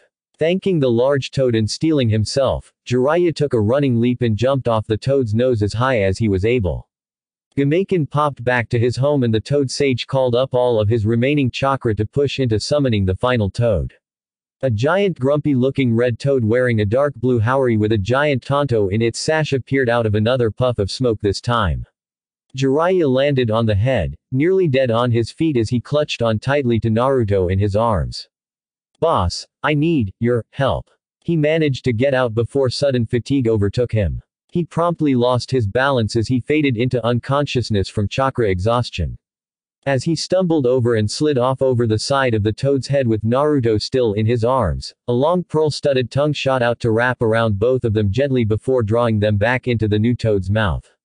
A dumbass. Pushin' yourself this much to save the little tadpole, what are ye gonna do if you fell or dead here without me, round? Ma's gonna kill ye twice or after this. Gamabunta mumbled grouchily around the two humans in his mouth. He carefully secured the two unconscious humans with his tongue before he began leaping quickly the rest of the way to Konoha. Soon in Konoha in a dango shop during lunch hour, "Yo!" a purple-haired young woman called out as she approached a booth currently occupied by Hinata and Ino. She waved but grumbled a little, as she had to wedge her way through the packed shop. Anyo, good afternoon, Anko-chan. Hinata greeted happily. Ino nervously waved silently with an unsure smile when Anko glanced her over with a neutral expression. Oh Kami, she's so beautiful and sexy. How am I going to match that even when I grow up? Ino thought in awe as she took in Anko's incredibly curvy body and her casual outfit, which consisted of a tight black t-shirt with the printed kanji for, fuck off, stretched across her large breasts and a pair of tight blue jeans. Ino's wandering light blue eyes locked with Anko's light brown eyes and she had to blush when the older woman smirked knowingly as if she read what Ino was thinking. Even though her puberty had picked up speed lately, as evidenced by her widening hips and her bust having grown into B-cups now, Ino still felt woefully inadequate compared to Hinata's rapidly maturing looks. In addition, Anko just came into the picture and easily blew the brunette's looks out of the water, at least for now until Hinata reached adulthood. It might turn into a close competition between the two at that point. Mind scooting over? Anko's request cut into Ino's introspection and she automatically scooted down the booth to make room for the new arrival to sit down next to her. Ino-chan, this is Mitarashi Anko. Anko-chan, this is Yamanaka Ino, a friend of mine and Naruto-kun's. Hinata formally introduced each other with a smile. She had a feeling Anko might get along well with Ino. The introduced women greeted each other politely with a bit of awkwardness between the two, mostly on Ino's part. And now I believe it's time for me to check if they completed my order. She suddenly announced with a smile as she stood, pointedly ignoring Ino's betrayed expression at being left alone with the somewhat intimidating woman. As she nudged her way through the busy crowd, Hinata was hoping a brief time alone together might break the ice between her friends. After watching Hinata disappear into the crowd, Enko robotically swiveled her head toward the sweating platinum blonde with a predatory grin. Ino did her best not to shrink back when Enko reached an arm around her shoulders and pulled her in for a private chat between the two. "Don't worry, I don't bite," Enko assured with a friendly smile which made Ino relax a little. However, she wasn't done. "Well, not all the time," she added in stage whisper. Ino couldn't help but giggle at that. "Good, you're lightening up. Also, don't worry about your looks. I know several Yamanaka girls my age or older and they always have great looks. However, they'll have nothing on you in a few years, and you'll have men eating out of your hands soon enough," Enko assured sincerely. Ino was surprised by this upfront honesty and the desire to make her feel at ease. She knew about Enko's reputation, but if Naruto and Hinata befriended this woman, then she couldn't have been all that bad. "However, I'm going to let you know this now to save you the trouble later. You'll have to settle for second best because I'm going to be the sexiest woman in this village for decades to come," Enko added with a smug grin. Ino's sweat dropped but laughed anyway. "I'm not sure if it's me you should worry about," she blurted out without thinking as her eyes flicked toward Hinata at the sales counter. She blushed a little under Enko's blank stare for a moment, before the older woman grinned impishly. "Friends with the Gaki, pretty, and a little bit of sass, I think we'll get along swimmingly. Just refer to me with the chan suffix, and I'll do the same in return," she decided as she gave Ino's shoulder a pat. "Thank you, Enko-chan. How did you know that's what I was thinking?" Ino quizzed shyly as Enko drew back her arm and leaned back into the booth seat comfortably. "I do some work as an interrogator in the T&I department. Part of my job is to read slight changes in a prisoner's mannerisms and expressions and figure out the person's most likely thoughts and emotions," Enko answered easily before turning toward Ino with an amused smirk. "I wouldn't be so quick to put me entirely in the goody two-shoes category if I were you, Ino-chan. My reputation, at least only the part about me being a beautiful and insane bitch, is well deserved," she added and had to laugh at the younger girl's stunned expression. "I see Enko-chan is beginning to like you, Ino-chan." Hinata's voice cut in as she returned to the table with a plate holding 2 cinnamon rolls. Ino turned to her with a confused frown. She usually shows off that skill with people she likes, she clarified for Ino's benefit as she took a blissful bite out of her favorite treat. Enko raised a challenging eyebrow. "Someone else apparently can see the small details. Prove it to me," she retorted with a grin. "You do it all the time with Naruto-kun to drive him crazy. He's had to become better at controlling his expressions over the past year to avoid your constant teasing. You also began doing it with me 2 weeks ago after we buried the hatchet. Finally, just last week, you did it with Hanabi-chan almost right after you met her." Hinata counted out before taking another bite, much to Enko's slight annoyance and Ino's poorly concealed snickering. "Alright, I suppose you caught me. However, it was so fun watching that adorable little girl trying hard to do that stoic Hyuga thing in public that I just had to go and mess that up." Enko laughed as she remembered Hanabi's frustrated and twitching expression at being read so easily before she finally gave in and displayed her true nature a little. "On that note, you seem to be thinking about a certain blonde a lot lately, Hinata-chan. A nice dream, perhaps," the purple-haired woman teased in a little bit of revenge. Hinata blushed for a moment at being read like that before her expression became a little forlorn. "Bad dream," Enko guessed with a frown. I think so. It's nothing, though. We shouldn't discuss that here when we should be chatting about normal things." Hinata tried to redirect the conversation. However, she didn't like Enko's deepening frown and Ino's slightly downcast expression. "You too as well," she noted in surprise. "Well, I've had some nightmares about Gaki for a while after he left but not lately," Enko said with an inquisitive expression as she mulled over this odd coincidence that she, Ino, and Hinata have dreamt something unpleasant about Naruto. "I didn't think my dream was bad until the end when I realized something," Ino mumbled nervously. The other girls turned toward her. "What's that?" they quizzed at the same time. Naruto was nowhere to be found. In the dream, I was just enjoying life like normal with friends here in this village. However, it felt like something was missing. As if I didn't feel totally complete. That was when I noticed Naruto wasn't around. I asked, but no one had any memory of him. Not even you, Hinata-chan. All of you just went on with your lives, never knowing Naruto had ever existed. I hated that dream so much and I never wanted to wake up as much as I did that morning. Ino admitted quietly. The others frowned as this revelation just added to their bad premonitions as of late. I dreamt that it was snowing heavily and Naruto-kun was walking away from me silently, no matter how many times I called his name. He just continued to walk into the distance and disappeared in the snowstorm, and I just had this horrible feeling that was the last I saw of him. Hinata shuddered slightly as she added her piece. She then turned to Anko. May we hear what happened in your dream?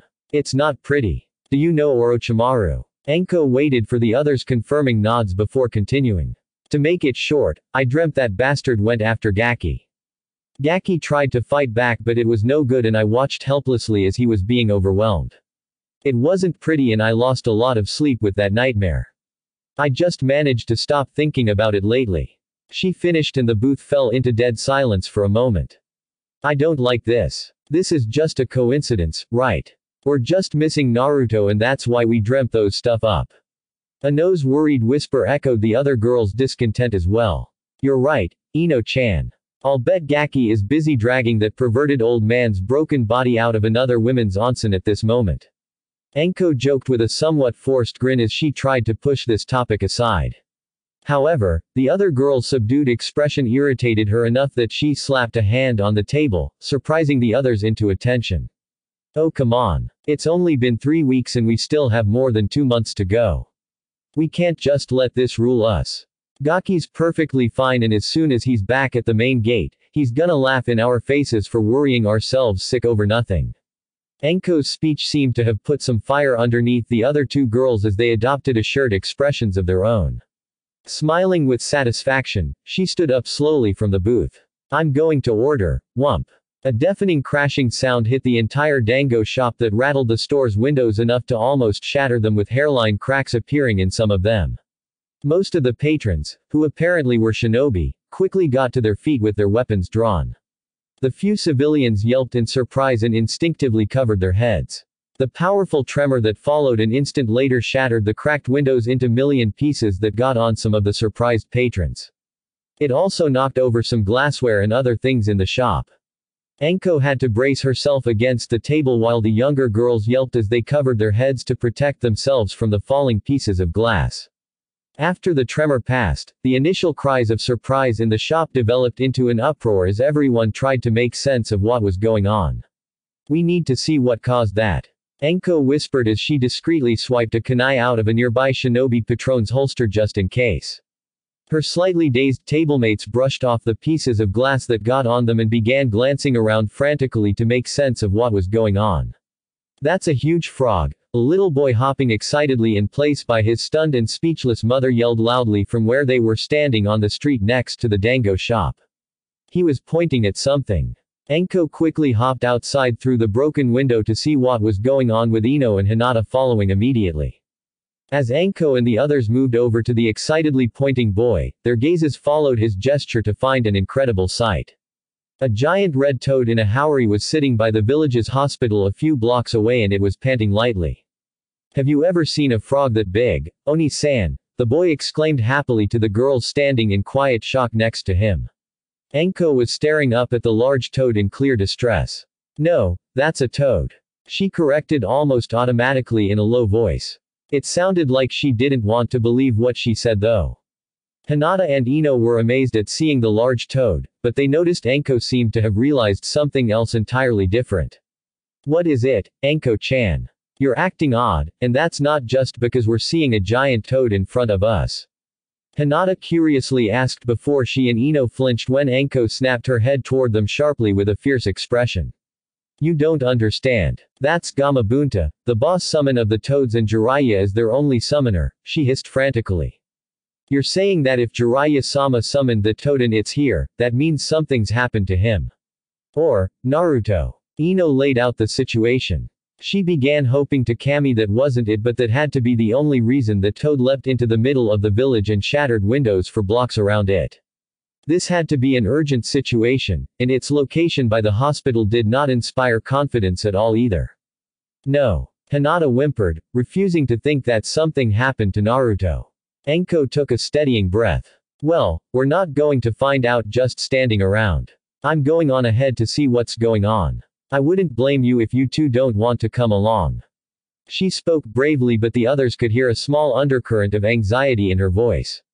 Ino and Hinata nodded weakly, but they were determined to see what was going on. They followed Enko as the three women quickly made their way toward the hospital. At the hospital easily absorbed the giant Toad's landing since it was built to stand up to even the strongest jutsu in case of an invasion.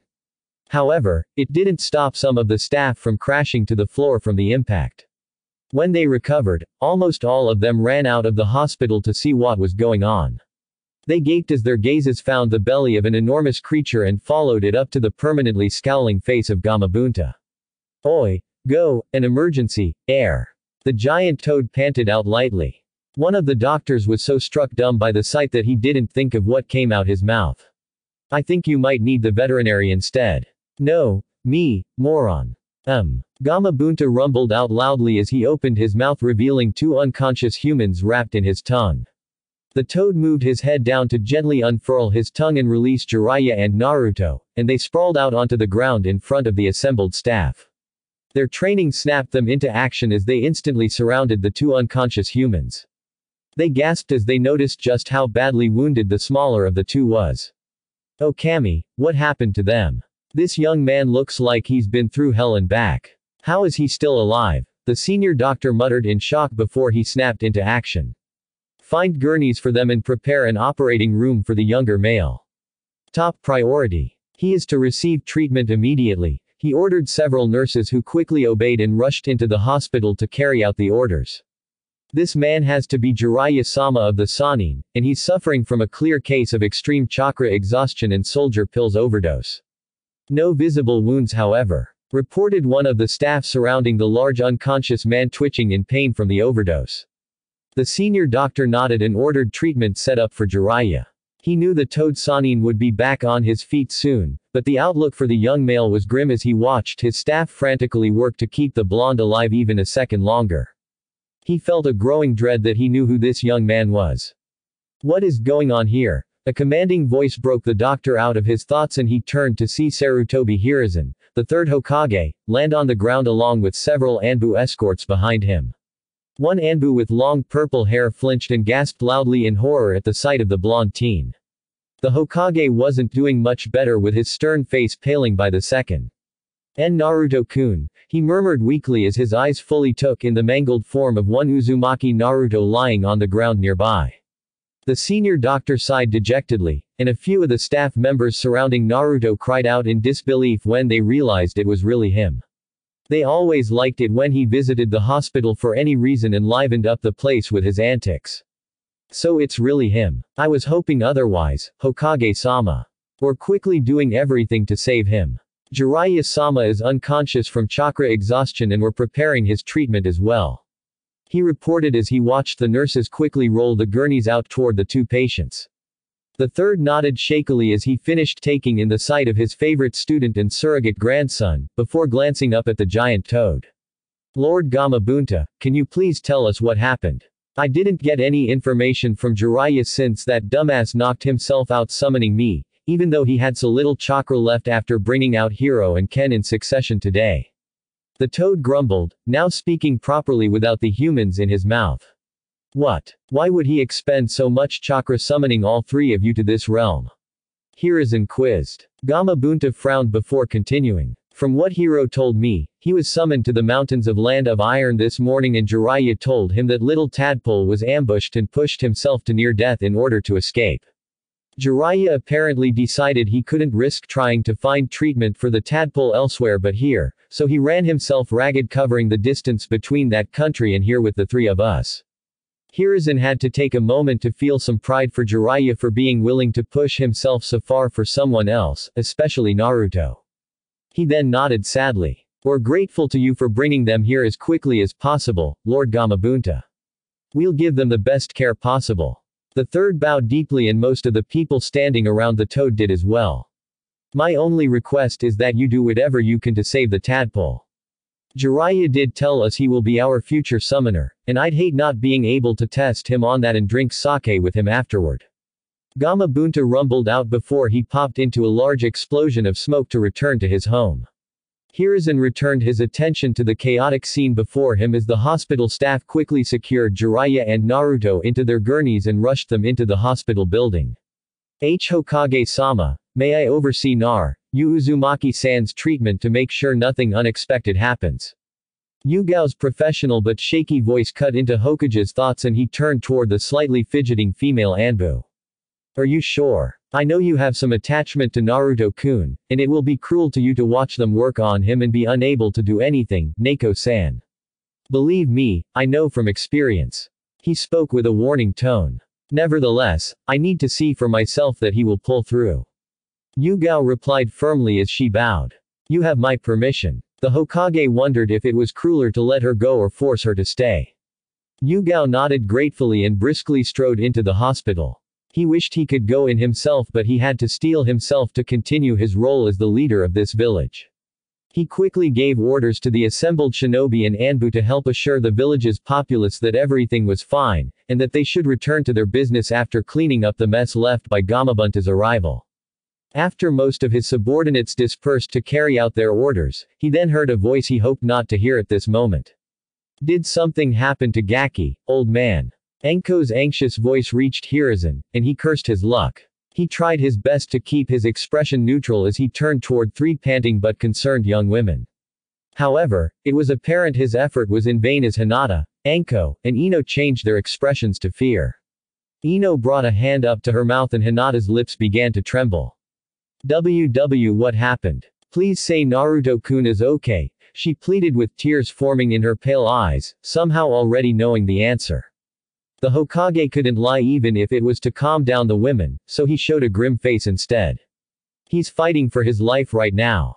They have him in the emergency operating room and, it doesn't look good at this moment. No. Hinata whispered with tears streaming down her cheeks and shaking her head frantically in denial. She then tried to take a step toward the hospital's entrance, but her legs failed her and she collapsed weakly onto the ground.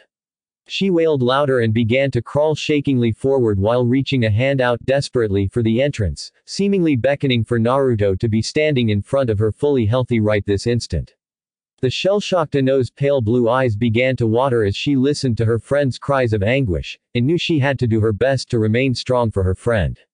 Even though she herself felt like shattering into a million pieces too with the painful throbbing in her chest at the reality of her longtime friend being near death. She woodenly stepped up next to her slowly crawling friend and kneeled down to gather a weakly resisting Hinata into a tight hug with gentle shushing. I need to go. I have to see him. Enko shouted frantically as she began to make her way into the hospital. The Hokage stepped into her way and ignored the furious glare from the emotional woman. I cannot let you go in. He's been mangled almost beyond recognition, and is barely hanging on. They're working with everything they have to save him. I already allowed the staff to be inconvenienced by letting Neko-san in to oversee the operation, so there's no more room in there. Plus, you just recovered from an emotional trauma and I will not, in my good conscience, allow you to experience another one so soon, especially if there's a risk of things taking a turn for the worst. You and your young friends will have to wait for the news. Hiruzen's firm glare was enough to make the trembling Enko suck in her breath harshly and back down with an angry grunt. Unfortunately, the other two young women overheard what the Hokage said about Naruto's condition and it sent Hinata into near hysteric as she screamed and sobbed louder into Ino's chest.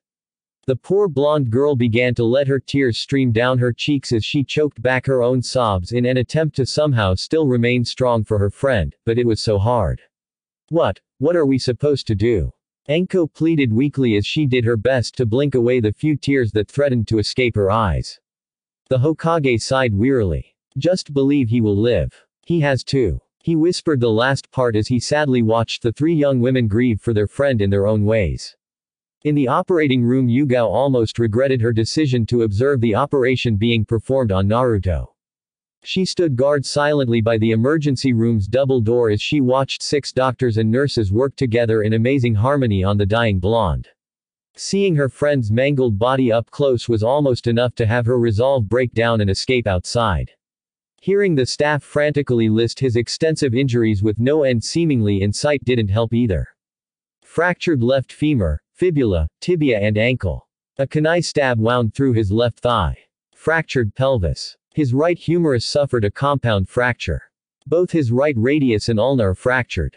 There are damages to his blood vessels and chakra coils all over the body as well. One staff member reported. 10 of 12 ribs are fractured, some in multiple places. He has a ruptured spleen, puncture in the left lung, and a tear in his stomach with massive internal hemorrhaging all over the place. He experienced extensive internal bruising along his spine and some damage to 5 of his thoracic vertebrae. A serious concussion along with some hairline fractures on the rear of his cranium. Extensive damage to the left side of his face with his left eyeball destroyed. We still haven't covered everything. How the hell is he still alive? Another muttered in disbelief. It was enough to almost make Yugao release a sob threatening to escape her throat, as she held back the torrent of raw emotions watching this nightmarish scene. Naruto was so pale that if it weren't for the people frantically working on him, she would have been sure he was already long dead. She bitterly cursed her leader for allowing her to watch this, but she knew she would have cursed him just as much if he had held her back.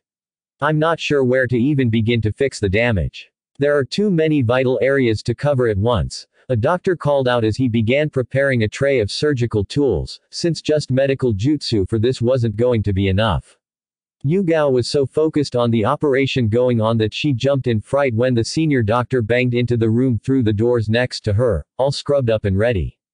We'll begin with stopping his internal bleeding first, he barked out, and pointed at an attending nurse. Get me 6 pints of blood type B+ and prepare for transfusion. He's lost too much, he ordered urgently, and the nurse quickly ran out of the room. His blood pressure's steadily declining. Or losing him. Another nurse shouted. Cold fear gripped Yugao, and she wanted to scream around the huge lump in her throat. Her trembling fists clenched tight enough to draw blood as the nurse spoke the 3 words she didn't want to hear. His pulse is gone. Damn it. I'll get his heart going, the senior doctor announced as he pushed aside his staff before activating his mystical palms jutsu and held the glowing hands right above Naruto's heart. He pressed down firmly and the glow flashed in intensity for a moment, making Naruto's body twitch violently. It took Yugao all she had to not flinch in despair at that. No change, the nurse reported. I'm turning it up. Another violent twitch and Yugao did flinch this time. She finally couldn't contain a small and silent sob as tears started to form at the corners of her eyes. Still no change. Again. This time, Naruto did not even move. No change. Yugao was weeping silently behind her mask as she watched her friend, who was also responsible for her surrogate sister's newfound happiness as of late, fade away slowly on the operating table. Please, somehow, come back to us, Naruto-kun. Enko-chan still needs you. It's not going to be the same without you around. She'll miss you. I will miss you too. Inside Naruto's mindscape, wake the fuck up. You will not die on the table just when you finally got some help. Kurama roared out through the crumbling mindscape in an attempt to reach Naruto's consciousness however she could. She had just felt multiple foreign chakra enter her tenant's body in an attempt to heal it, so she knew right away that Naruto had made it to some medical help at last. She spent the last few hours desperately forcing what little of her chakra she could into Naruto's still incooperative system in her slowly failing effort to freeze the body's deterioration into total failure. She should have been able to easily heal most of the damages hours ago but, because of her old chakra messing up the system, she was prevented from doing so. Kurama growled in frustration as she watched the beautiful landscape that she created together with Naruto over the years crumble around her, and she was beginning to experience some twinges of pain. An alarming sign that she was about to die herself due to Naruto's seal linking them together. A loud cracking sound was heard and Kurama glanced down at her right hand in surprise. There was a large crack in the ring on one of her fingers. She had completely forgotten the seal had been modified into a ring that she put on. Looking closer, she could feel the seal beginning to fail due to Naruto's life force fading out. She knew right away that she had a chance now if she pushed her way out just before he passed away. She would be able to escape safely out into the world. If it had been all those years ago just after she met Naruto, she would have been tempted for a long second. However, that wasn't what she wanted now at all. She wanted nothing more than for her friend to survive, so the decision was easy for her, she would go down with him. But it would not be before she gave it everything she had. Naruto. Listen to me, you're going to live if I have anything to say about it. Live for me. For your women. For all of your friends. Tell the Shinigami to go fuck himself and get your ass back here into this goddamn body. She roared again as she pushed every last bit of her chakra into Naruto with all of her effort. There was a tremor in the mindscape, then a large shift of pressure in the air, and, all of a sudden, Kurama felt a huge rush as her chakra flowed into Naruto's system at an alarming rate. Yes. You did it, you bastard. The Great Fox yelled in triumph.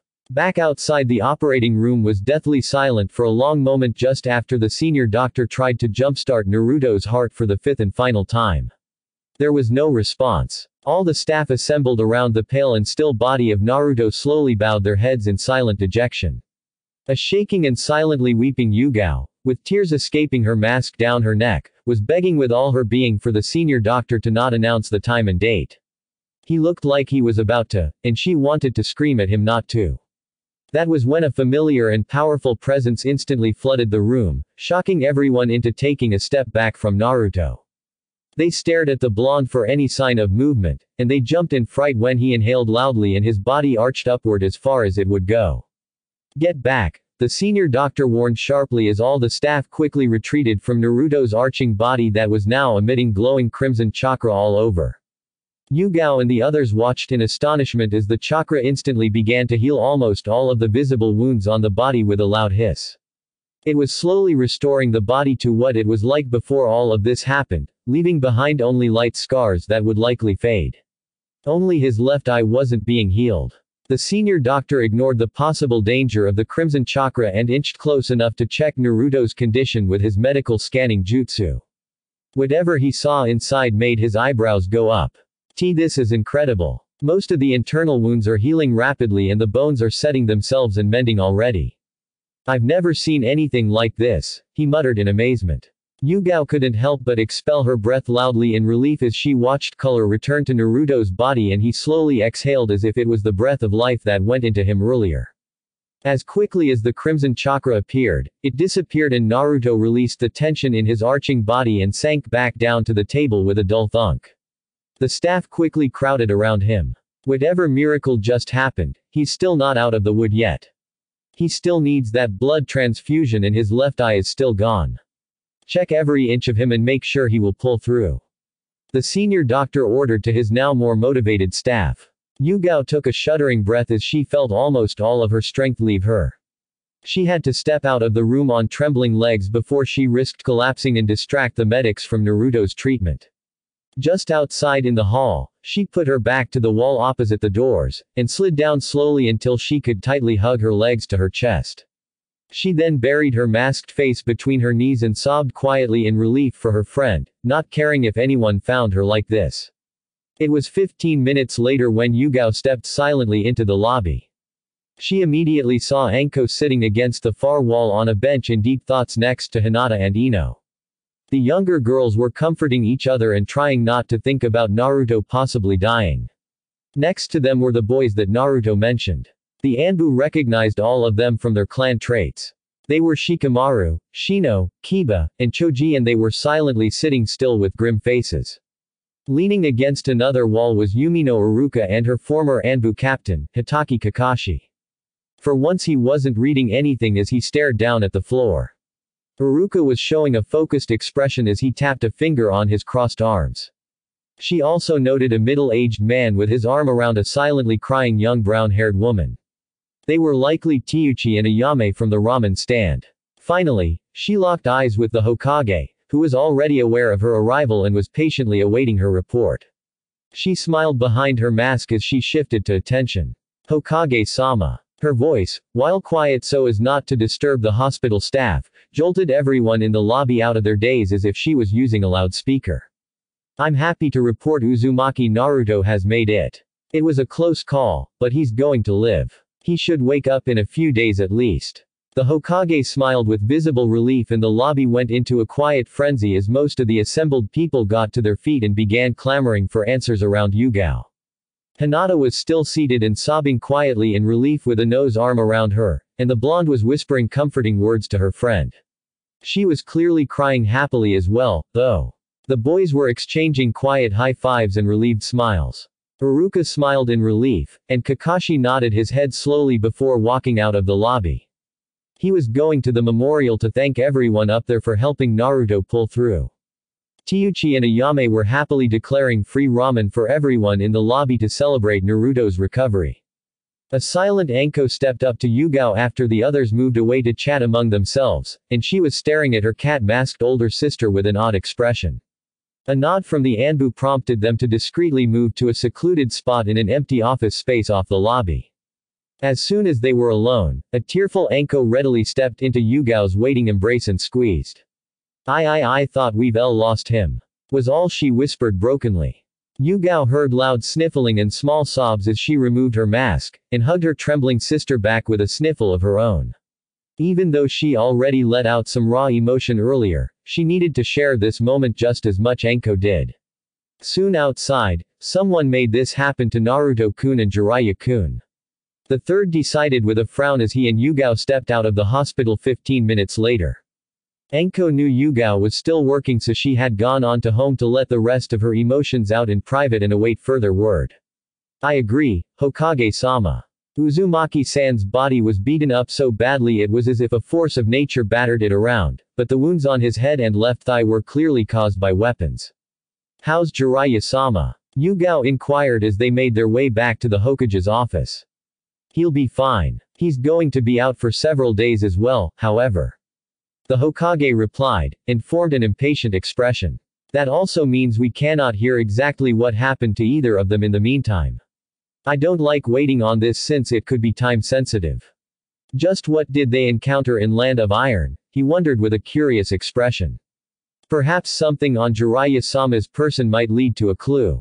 Good idea, Neko-san. Boar, the Hokage called out sharply. The boar-masked Anbu appeared at his side. Please search though Jiraiya-kun's clothes and personal effects for any possible clue to their predicament and get back to me quickly. He ordered, and Boar quickly nodded before vanishing. Back inside the hospital, I don't know if I'm ready to see him right now, Hinata-chan. Ino mumbled nervously as she and Hinata stood holding hands outside the hospital room Naruto was assigned to. They were the first to be allowed in to see him since the staff didn't want everyone coming in all at once for now. Ino was trying hard not to cry again at the very thought of her best friend being hurt. What's important is that he's alive and recovering. I'm happy with that, no matter what condition he's in. Hinata replied firmly, even with tear stains still visible on her cheeks. She's had enough of crying, and she needed to be resolute in turn for Ino. Her friend had done an admirable job keeping her from completely breaking down up until now, but she knew Ino was nearing the breaking point herself. He's always so carefree and strong. I just can't stand the idea of him being wrapped up in bandages in a hospital bed and not moving at all. They said he lost one of his eyes. How can you be so strong? The blonde replied with a fearful tone as she clutched Hinata's hand tightly in hers. I'm not. I don't think I ever will be able to stand seeing Naruto-kun get hurt any time now or decades later. Then why? I love him, and he's going to need people by his side. That's all the reason I need to be this room with him. I will wait here as long as it takes until he wakes up, Ino-chan. Hinata turned to Ino with a determined expression, and the blonde took comfort from that. Okay. She mumbled feebly as she watched Hinata open the door and they slowly stepped in. The first thing they noticed was Jiraiya in his bed by the large window on the far side of the room. Hinata briefly observed Jiraiya's peacefully sleeping face before she heard a horrified gasp from Ino. Her friend then instantly clutched onto her. Naruto. Ino whimpered into her right shoulder as Hinata steeled herself to shift her gaze to her right toward the other bed in the room closer to the door. What she saw made her wish she didn't have to be strong for Ino as she silently observed one Uzumaki Naruto, with his head heavily wrapped up in bandages, lying deathly still in the bed. He was breathing normally and he didn't look to be in any kind of danger now, but she briefly wondered if this was really her Naruto. She had watched him sleep many times before and he always looked strong and assertive even with his eyes closed. This Naruto was defenseless, pale, and frail looking. The heavy bandage wrapped around his left eye made her heart clench. Naruto-kun, she called out quietly as she forced herself to take a step forward. She kept her body moving until she reached Naruto's left at his bedside with a silently crying Ino still hanging on tightly to her shoulder. Hinata slowly reached out with her right hand for Naruto's face and as her fingers gently touched his scarred cheek just under his bandaged left eye, she smiled sadly in relief. He's really going to be okay. He's really here. She whispered to Ino as she moved her fingers up onto his forehead to rake through what little of his beautiful blonde hair was left unwrapped by the bandages. A nose-tear-streaked face rose from her friend's shoulder to watch this, and seemed to be regaining her composure at the sight. Ino-chan, you should do this, too. It'll prove to you once and for all he's going to be okay. Hinata whispered soothingly as she stepped back and, with a hand on the small of Ino's back, gently pushed her slightly resistant friend into position by Naruto's bedside. Ino took a steadying breath and raised a trembling hand up to Naruto's face. She touched his left cheek gently, just as Hinata did. She expelled a relieved sigh as she continued to gently trail them down the cheek to his strong jawline.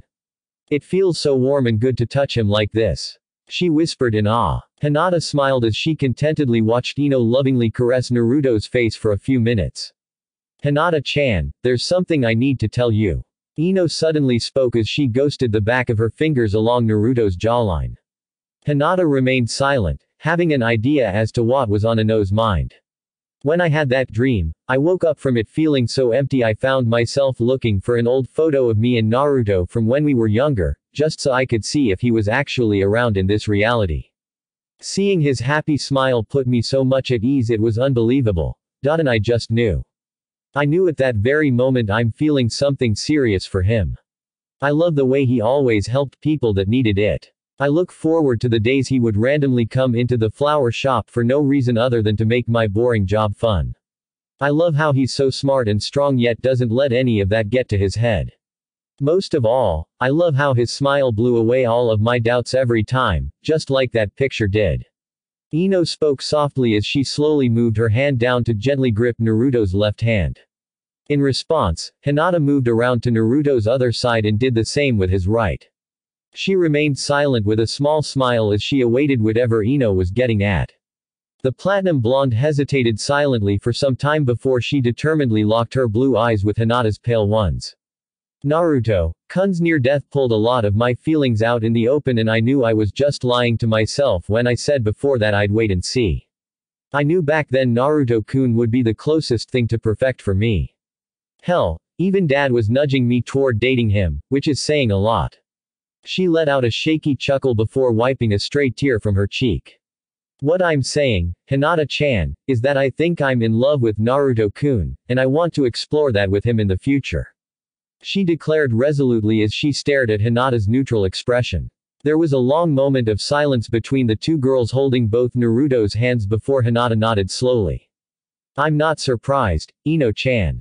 I've always seen your feelings for him, even though it was well hidden for a long while until recently. However, why are you telling me this? It is up to Naruto-kun to decide on who he should love back. She quizzed, but Ino scoffed. Please, we all know Naruto-kun, dense as he is, will fall in love with you soon enough. He will care about your happiness first and foremost, even though I know he has a heart big enough for more girls in it. We know the bylaws for the clans. With his heritage, he will be strongly encouraged to take multiple wives to restore his clan. We also know he's stubborn and honorable enough to refuse unless a certain beautiful blue-haired girl tells him it's okay. She replied with a smirk as Hinata blushed at the compliment. In short, I'm asking you for your permission and, if I get your approval, to convince him otherwise. Ino finished seriously, and squeezed Naruto's hand to draw a little courage as she awaited whatever her friend said. Another moment of silence passed before Hinata suddenly smiled wide. Of course, Ino-chan. It took you long enough to realize this. If he returns your feelings, I look forward to the day we could really call ourselves sisters. She happily said. Ino let out a relieved laugh and smiled back just as happily, before something struck her. Oh right, I need him to return my feelings too. She murmured dejectedly as if she just realized a huge hurdle was in front of her. Ino-chan, it's not a problem. I know he cares for you a lot more than you realize. However, I do have one condition before you go after him. Hinata assured before she leaned in close across Naruto. Ino met her halfway with a confused frown. You still haven't told me how he helped you in the past. Hinata whispered with a grin. Ino laughed as she leaned back. I'd be happy to do that, but it's a long story and I need to go home. Dad's probably wondering where the hell I am after that incident with the toad. Oh no, Mom is going to be so devastated when I tell her about Naruto-kun. She realized with a worried expression. Hinata nodded and they stood up to move around the bed and hug each other goodbye. I'll be by with fresh flowers every day. Think he'd like the scent of wisteria when he wakes up, she said with a blush as she remembered that night with the seal drawing. Hinata blushed as well but nodded with a secretive smile that she shared with Ino at that moment. The blonde then left. It was only a moment later that Hinata, after dealing with her emotional turmoil over the past few hours, realized she forgot to inform her father and sister of what happened here. Just as she contemplated what to do about that without leaving Naruto's side, a strangled sob shook her out of her thoughts. Oh Oni-chan. Hinata snapped her attention toward the door to find both her father and Hanabi standing there. Her father looked somewhat distressed to see Naruto lying there, unresponsive to anything, and her sister was in clear anguish with her cheeks already soaking wet. For a minute, it looked like she was going to collapse to her knees just as Hinata did before, but she barely managed to push herself into moving forward with jerky steps. Oni-chan. She collapsed at Naruto's bedside with quiet sobs as she clutched onto one of his hands tightly, silently begging for him to wake up this instant. She didn't care if anyone saw her like this. Her beloved Naruto was badly hurt and lying unconscious in a hospital bed in front of her. Nothing else mattered now. Hanabi-chan. Only her sister's motherly voice lessened her anguish a little, and she glanced up at her older sister's sadly smiling face. She also noted Hinata's cheeks were stained from tears. If it was this painful for her, it had to be even worse for her older sister. Nei-chan, is he going to be okay? Please tell me, she asked desperately as she shifted to hug her older sister tightly for comfort. It broke Hinata's heart to see her little sister like this. It showed just how much Naruto was loved by those who knew him. A calming hand laid itself on her shoulder, and she glanced up to see her father displaying a reassuring expression. She knew what she had to do in turn. Naruto-kun will be fine. He'll be fully recovered in a few days, according to the doctor. He just needs to sleep this off before then. She assured Hanabi with confidence in her tone that she actually wasn't feeling at the moment. It seemed to have worked when the younger Hyuga calmed down her crying soon enough, and was now silently staring at Naruto's sleeping face. Hinata hoped to Kami that this wasn't going to restart the younger Hyuga's bout of nightmares that resulted from the kidnapping incident, but she wasn't going to hold her breath. Father, I was wondering how I was going to contact you when you just came in. Hiyashi glanced down at his eldest daughter's resolute expression, and smiled gently. You wish to remain here with Naruto-san until when he wakes up? Hinata nodded. Yes, father, I must stay by his side. As long as the staff allows this, I see no issue with this. Later in the Hokage office, Hokage-sama, I completed my search through Jiraiya-sama's possessions. Aside from 6 very impressive swords and a manuscript I shouldn't mention in present company. Bor reported with a sweat drop as Yugao huffed from her place next to the Hokage. The old man grinned briefly before nodding for Bor to continue. There wasn't anything unusual except for this one. He finished as he held out a small scroll. What's in there? Yugao quizzed as she moved in to look it over. A man's severed head. Bor replied, and the third raised both eyebrows. Jiraiya-kun hadn't bothered to collect bounties ever since his books took off, except when he comes across and defeats strong missing nin. He must have had that head with him for that reason or another. Did you match the head to any record? None that we could find so far. No entry in any bingo book or in the records of any country we share information with. When we unsealed it, it was still covered in a balaclava, and the cut across its neck indicated Jiraiya-sama was using a kunai and in a hurry as he completed the job. He apparently never bothered to identify this man if he hadn't already known it beforehand. Also, the head had some snowflakes on it when it came out of the scroll, indicating the sealing happened in a winter environment. Bohr reported. Snow, this has to mean land of iron. This was recent. Yugao supplied. Still, Jiraiya-kun had to have taken the head for a reason if not for bounty or identification. The Hokage puzzled out, before all three had the same thought and their eyes widened in realization. Memory, they exclaimed at the same time. Hiruzen rose out of his seat immediately. I don't care who, someone get me Yamanaka Inoichi right now. In the T&I building 15 minutes later the Yamanaka clan head would have been very upset at this moment as he silently strode through halls with a focused frown. Inoichi had been called here straight from comforting his wife, who was very distraught when Ino returned home with news of Naruto's brush with death. The additional news that he was grievously injured in his left eye did not help at all, either. However, only one reason stayed Inoichi's fury at being called away so suddenly, leaving Ino alone to deal with her crying mother, and that was doing this job would possibly lead to a clue on who hurt Naruto like this. He had come to think of the young man almost like a son over the years, and he also knew Naruto was the inspiration for Ino taking her training more seriously as of late. He was forever grateful to Naruto for helping his daughter become stronger and more capable of protecting herself in this cruel world. As protective as he was of his daughter, he also secretly hoped Ino would fall for Naruto someday. He knew that young man would treat her the best out of all the males she would ever meet in her life. I'm here, Hokage-sama. Inoichi announced as he entered an autopsy lab with the Hokage and the Anbu Neko waiting in it. Excellent. We need your expertise on this. In this scroll on the table is a severed head Jiraiya-kun took and sealed recently. We believe he felt this man had information on this incident, and took the head with the sole expectation that you would scan its brain for any possible clue. The Hokage explained as he pointed at an ordinary scroll sitting on a stainless steel examining table. Inoichi nodded silently as he stepped up to the table and unrolled the scroll. With a quick application of chakra, a severed head appeared with a pop. It had very ordinary features with short brown hair that showed this man would have been easy to lose in a crowd. He then pressed a palm each onto the temples to prepare his special mind diving technique. I'm going in, he muttered before he felt his consciousness being drawn in. 30 minutes later Inoichi breathed in heavily through his nose before he let go of the severed head. He stepped back and stared down at the head with smoldering anger in his eyes.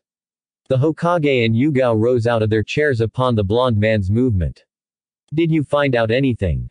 Hiruzen asked anxiously. It was this man who led a team of 10 shinobi to either capture or kill Naruto-san in the Land of Iron. Also, please remind me not to piss off Jiraiya-sama. The last thing this man saw was his face, and he was very angry about Naruto-kun being hurt. Inoichi muttered as he tore his gaze from the severed head, his hands twitching to destroy it. A team of 10. Unless they were very skilled, I can't believe Jiraiya-kun would have been impeded enough to have allowed Naruto-kun to get into that condition. The third pointed out with confusion. No, he arrived after the fact just in time to get Naruto-kun here. Also, remind me not to piss off that young man as well. Inoichi replied with a mirthless grin as he washed his hands at a nearby sink and turned back to a stunned Hokage and Neko. Why you mean to say Naruto-kun was the one who defeated all 10 of them? Yugao squeaked out, forgetting her professional manner. He was very determined and clever. I also have to admit I was concerned when you explained to us years ago that he would be training to utilize the Kyuubi's power. After what I've seen through this man's eyes, I'm happy to admit your decision was correct, Hokage-sama. It was what saved him. Inoichi spoke with a grateful smile. He also was more assured of Ino's protection under Naruto. If that young man was this determined to survive for others, Inoichi could hardly imagine how far he would go to protect his friends, especially the ones he loved. The Hokage's eyes widened at Inoichi's meaning, and grinned a little at the possible success of the project to obtain all of the Kyuubi's old chakra. Unfortunately, he wasn't able to use his newfound power until most of the damages were already done to him. Those bastards took their time harassing and wearing him down until he was cornered and about dead. They were going to slice his throat wide open when he finally accessed the power and ripped them all apart. Inoichi added with a growl. The Hokage scowled and there was a hint of killing intent from the female Anbu. Hokage-sama, it was the traitor Orochimaru who ordered this mission. Inoichi revealed with a grim expression. The Hokage's eyes widened as his face paled in shock, and Yugao clenched her fists. Enko was not going to be happy about this. That's not even the worst part, Hokage-sama. There's more, the Hokage whispered with dread growing. The memory was getting hazy at that point since I can only go so far back in a deceased man's brain, but it was Shimura Danzo who told Orochimaru about Naruto-kun leaving Konoha. This man himself was the one who personally handed the message to the traitor, and he overheard Orochimaru mention Danzo and Root clearly. They've apparently been working together for some time at least. Inoichi reported before he stepped back in fear from a large spike of the third's killing intent. He growled out. Later that evening in Danzo's home. Shimura Danzo was writing on some papers in his study as his thoughts went over today's events. That defective weapon's luck infuriated him to no end, and he was very displeased with Orochimaru's apparent failure. Not only that, this also presented a possible issue for him.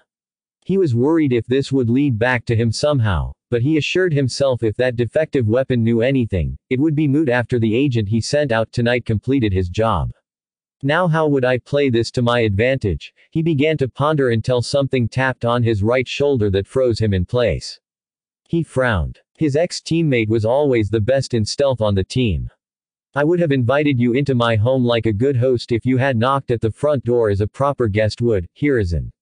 He spoke calmly as he carefully leaned back against his chair, his mind frantically going through every possible escape route and attack pattern as the thing on his shoulder pressed down hard enough to keep him from moving. In this situation, I'm afraid I have to let myself in. Spoke a voice cold enough to freeze water. The Hokage was standing behind Danzo in his battle gear with his right hand using his weapon of choice, the bow staff, to keep his ex-teammate in the chair. Shit. He's using that voice. I will die tonight unless I escape. What situation would that be? The fact you began the chain of events leading to one Uzumaki Naruto's current condition by sending some sensitive information about him to the traitor Orochimaru. Hiruzen growled out, and his bow staff trembled as it pressed down painfully on Danzo's shoulder. Damn it. What a bad time to have used the Sharingan's power recently.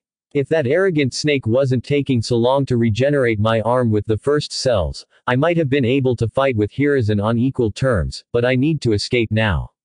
Those two will distract him long enough. I see. It is unfortunate you found out, but that failed weapon is dangerous and needed to go. He muttered out before letting out a pained grunt when Hiruzen's bow staff lifted and slapped down hard on his shoulder in an instant, breaking his collarbone.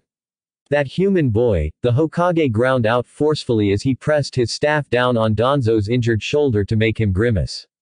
Has taken on and killed 10 trained enemy shinobi all by himself in an extremely hostile environment without most of his abilities and tools at his disposal.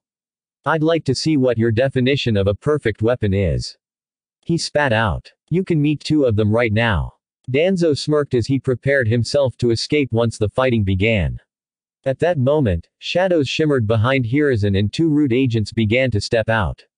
It seemed certain they would attack the Hokage, but he wasn't moving or even looking concerned. Danzo frowned at the lack of action on his ex-teammate's part, and he was still trapped. Perfect or not, it seems my personal force is just a bit better than yours. Hiruzen spoke with some dark amusement in his voice. 2 loud thumps followed as the Root agents fell out of their shadows dead. 2 Anbu then slowly stepped out of the same spots in the wall, cleaning their bloodied swords. Danzo gritted his teeth and clenched his left hand on the chair's armrest. Anything to report. The third was feeling a little vindictive tonight and wanted Danzo to hear this before he was executed. Yugao stepped forward while Dragon remained silent. Sweeps of all 6 known Root installations are underway. We have eliminated all who resisted so far with only minor injuries on our side. Some have sworn allegiance to the true leader and surrendered. The cat-masked Anbu reported. There was an undertone of anger in her voice toward Danzo for ultimately hurting Naruto. Damn it. Danzo couldn't contain his frustration at this. I knew everything about your little operation. I understood the need to do the dirty work, as it were, for our continued security and stability. Only Kami knows how many times the other villages have done the same thing against us. I would have eventually created a secret black unit within the Anbu for that purpose alone, but you unknowingly took up that role. You did it amiably, so I let you continue under Dragon San's watchful eye. Hiruzen explained to an increasingly angry Danzo. He was played like a fool. However, it all ended the moment you decided to openly associate with a traitor and tried to eliminate Naruto-kun. At the very least, I'm offering those who surrendered a chance to start up that black unit, so I suppose you will die assured that some of your root would live on. At least I will die also knowing that little shit will go down with me. This very minute, my agent is finishing the job that worthless snake should have done. Danzo spat out. You what? Yugao hissed as she brandished her sword. At ease, Neko-san. I had a feeling he would do something like this, so I stationed someone very capable at Naruto-kun's bedside. In fact, I sense him coming here right now. Hiruzen assured with a smirk as the door to the study banged open. Excuse me for letting myself in. A bored-sounding voice called out as a tall man with gravity-defying silver hair in a Junin outfit stepped into the room. Inu Taiko. Yugao exclaimed in relief as Kakashi walked in carrying something in his left hand. My handsome creator believed the get-well gift you sent Naruto was a little bit too dangerous, Shimura-san. I was sent here to return it in a less than ideal condition, with his apologies since he felt he needed to remain with Naruto for now. The now revealed shadow clone of Kakashi drawled as he casually tossed a severed head onto the desk with a wet thump. Danzo was now trembling with fury. Thank you, and good job. Please take my compliments back to him. Hiruzen praised as the clone popped into smoke before he frowned down at the gritting Danzo. It doesn't look like you have anything left to say. Shimura Danzo. You shall be put to death for multiple counts of treason by associating with a known traitor, interfering with the normal operations of this village's military, and attempted murder of Uzumaki Naruto, to name just a few. The Hokage declared coldly as he removed his bow staff from Danzo's shoulder in preparation for a slash at his neck. At that moment, Danzo shot out of his chair and avoided the sharp swipe from Hiruzen. He landed across the room and turned around to face his ex-teammate. You don't deserve to be the Hokage, you fucking monkey. I should have been made one. I would have made this village much stronger and better than the others. They would have had no choice but to bow down to our might. You let this happen. I will take you all down with me. He screamed insanely as he yanked down his yukata to reveal an ominous-looking seal on the left side of his chest. The two Anbu shifted into ready stances in front of the Hokage, who watched calmly with a pitying expression. This infuriated Danzo more than anything as he roared out. Go to He-Urk. He gurgled in shock as a large gray-clawed hand burst through his chest from behind where the seal was, rendering it useless. Coughing blood profusely from his mouth, Danzo feebly looked behind to take in the mean expression of a large and feral-looking monkey before darkness took him. So you do have good ideas once in a while, Hiruzen, the Monkey King growled out as he unceremoniously tossed Danzo's lifeless body aside like a piece of trash, and shook the blood off his hand. He had been summoned outside the house just before the confrontation in case it got out of hand. Thank you for coming out to assist us, King Enma. Secure his body and check him over. Make sure there are no more surprises. The Hokage ordered of his escorts, who quickly moved to the corpse. At least you took a traitor seriously now compared to the last time. Enma muttered pointedly before popping into smoke to go back home. Hiruzen frowned at the obvious jab. I have every intention of killing Orochimaru the next time we meet. He retorted resolutely. That bastard did put Naruto in that condition, even though Danzo was the one who set this up. Hokage-sama, you need to see this. Dragon's mask distorted voice called out. The third turned with a frown and stepped closer. His eyes widened in surprise as he took in a Sharingan eye peeking out from under the bandages covering Danzo's supposedly useless right eye. That's Uchiha Shisui's, he growled as he easily recognized this particular Sharingan's unique design. He also instantly remembered some of the political dealings in the daimyo court that oddly went Danzo's way after a certain point each time. Just how much damage has he caused with that? He muttered numbly as he wondered just how often Danzo influenced the votes to go his way with the powerful hypnotizing nature of that Sharingan. He had heard Shisui wasn't able to use it often, and hoped that was the case with Danzo as well. He shook his head and looked down at his ex-teammate's body. Damn you, Danzo. Remove it and preserve it in a secure location, Dragon-san. This just became a S-rank secret, the third ordered sternly. As he watched his Anbu shift into action, he had to wonder what to do about this new discovery. He already had an idea, but he'd rather discuss it with someone first. Even later that night at the Purple Sisters' apartment, "Let me go." Enko growled as she tried to get out the front door. Only Yugao was standing in her way. Despite their extreme closeness as sisters for years, it seemed like they were going to come to blows this very moment. "I can't let you do that, Enko-chan." Yugao replied calmly, trying her best to not escalate the situation. Despite her surrogate little sister's improved control of her emotions lately since the cursed seal's removal, there had been times that she totally let her rage take over completely. And this just had to be one of those times.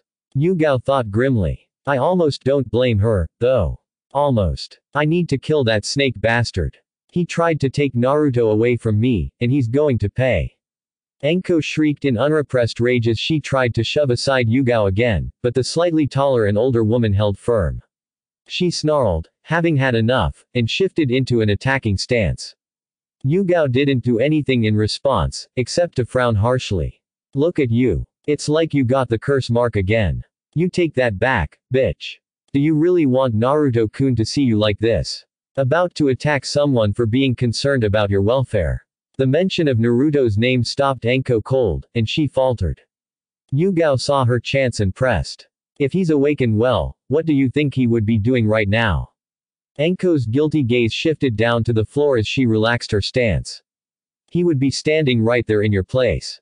She mumbled. Yugao sighed in relief and relaxed her stance as well. She then slowly moved up to the stock-still Enko. The younger woman then quickly clutched onto her in a tight embrace when she got close enough. I'm so sorry, Yugao-ne. I shouldn't have acted like that. Kami, I was calling you names and ready to fight you. I really want to kill Orochimaru too. And we will have that chance someday, okay? Just running out all by yourself to find him with no plan at all isn't the way to do it, though. But. He almost killed Naruto. Just what am I supposed to do to deal with all the emotions in me right now? Yugao smiled gently and guided Enko over to the couch for them to sit down. I feel that talking about everything going on within you helps. You already have someone who'd happily listen to everything for as long as you need, ready and sitting in front of you. Enko nodded with a shaky smile, but Yugao wasn't done. In return, you can listen as I express some of my emotions too. You're not the only one affected by Naruto-kun's near-death today. Deal? She requested gently, and it was now that Enko noticed just how red and slightly puffy her surrogate sister's beautiful brown eyes were. She truly realized now that she wasn't the only one hurt by the incident. Okay, deal. I'll break out the sake and dango. She replied softly. Few days later in Naruto's mindscape, Naruto's one eye fluttered open slowly and it hurt for a moment as it took in the bright light from the overhead sun. He felt a little tender as he moved and flexed his arms and legs. He raised a hand up to his left eye to feel a scar cut diagonally from his forehead to the top of his left cheekbone. His left eye just simply wasn't there. It's gone even in the mindscape, huh? He muttered with a sad smile. Letting out a sigh, he realized he was lying on his back in some tall grass. Smiling, he breathed in the scent and slowly rose himself into a sitting position. Looking around, he noted he was in the middle of a grassy meadow bordering a high cliff overlooking a sea with calm waves crashing soothingly against its base. He recognized the large and crimson form of his friend some distance away. Kurama was sitting on her haunches atop the cliff staring out at the sea with a calm expression. Naruto pushed himself to his feet before he realized he was feeling a little bit more of a draft than usual. Puzzled, he looked down at his body to find he was completely naked, and sighed wearily. Come on, this is my world. You know better than to appear without some clothes. He muttered as he looked down at himself accusingly while doing an exaggerated urging gesture at it as if impatient for something to happen. With a small hiss, a plain white t-shirt with blue shorts whisked into existence covering him. That's better. He nodded with approval before he walked the short distance to Kurama. He came along her long tails lying spread out on the ground behind her and reached out to run his hand through the fur on one of them. It twitched slightly as he walked down the incredibly long length with the hand out. He swore he heard Kurama sigh contentedly at one point. Finally reaching the main body, he gently patted the side of her rear leg before breaking off. He stood on the edge of the cliff to her left side looking out at the sea as well. They remained silent for a long time. Welcome back, Naruto. Kurama finally spoke, still staring out at the soothing sea. Naruto nodded with a small smile. How close did I come? He queried as he shifted his gaze up to Kurama's face. He saw her glowing crimson eyes tighten. You were so close the seal temporarily became disabled and I could have forced my way out before you passed away. She said straightforwardly. She finally looked down at her friend for the first time and had to hold back a sad expression at the sight of his unusable left eye. Naruto frowned. Why didn't you take that shot? I wouldn't have blamed you. That's all you have to say. No heartfelt, thank you, for remaining behind to make sure you lived. Kurama muttered hotly with a frown. What the hell am I supposed to say? Oh Kurama, thank you. I hope you didn't mind risking dying with me by staying here to keep me alive for just a few more seconds longer. You were then rewarded with watching your chance at freedom slip away through your fingers. We must be great friends like that. Naruto retorted, gesturing out the mock speech. I don't want my freedom if it meant going out into a world that hates me and would hunt me down for power without you around. Kurama growled out angrily. Naruto stared back up at her defiantly for a long moment between the two before he expelled a loud sigh. I'm sorry if I didn't sound grateful. I really am. It's just that not many people would go down with a sinking ship, so to speak, for someone else in this world. And you had even more reasons than most to not go down with a human. Really, thank you. I know without you, I never would have survived. He spoke gently, before bowing deeply to Kurama, who sighed as well. I shouldn't have snapped at you like that. You've always had such a noble streak and I should have expected that. I'm glad to see you again, and there's something I've been wanting to do for a long time. She said mysteriously as she moved her left hand to put it on the ground next to Naruto, who looked at it confusedly. The great fox concentrated for a moment and Naruto saw her entire body glow brightly before it began to shift and shrink. After a few seconds it looked like the fox's left hand was quickly absorbing the entirety of her body into it, much to Naruto's astonishment. Finally, the hand, which was the only thing remaining of Kurama's body, slowly changed its shape and shrank further until it began to resemble something human-like. Naruto watched agape as the shape reached its final size and took definition. Before him stood a beautiful woman with dark skin wearing a bright red kimono that wrapped tightly around her waist, but hung somewhat loosely off her bare and enticing shoulders. It had a beautiful white leaf pattern covering most of its lower half, and it contrasted with the red color. Other than that, she didn't wear jewelry, and seemed to be barefoot. The off-the-shoulder look also had the effect of proudly displaying the cleavage between her modest but desirable B-cups breasts that fit her slim frame perfectly. She had her long and naturally curly black hair tied up with a bright red decorative hair tie into an elegant high ponytail that flowed down to her mid-back. Her long curly bangs framed her somewhat angular face as her soft-looking and pouty lips formed a mischievous grin. Her small and cute nose wrinkled slightly as she seemed to be testing her human nose after so long. Her best facial feature, however, had to be her exotic slatted eyes displaying an amazing shade of gold, and they shone with brilliance, confidence, and intelligence. They also contrasted perfectly with her exotic dark skin. Her black pupils were also slightly silted, as if to at least remind anyone of her fox form's fierce crimson silts. The most surprising feature, to Naruto at least, was her height. She was very petite and slim at all of 5 feet, an inch or two shorter than his current height. He was going to be a giant compared to her when he finished growing up. He gulped as he took in the sight of the now human, and devastatingly beautiful, Kurama. She might be short but he would never mistake her for a child. She made it all work, and exuded confidence and sexiness as she began to strut toward him. She smirked wider at his flabbergasted expression, allowing a small and cute fang to poke out through her lips. I see you're surprised by my human form.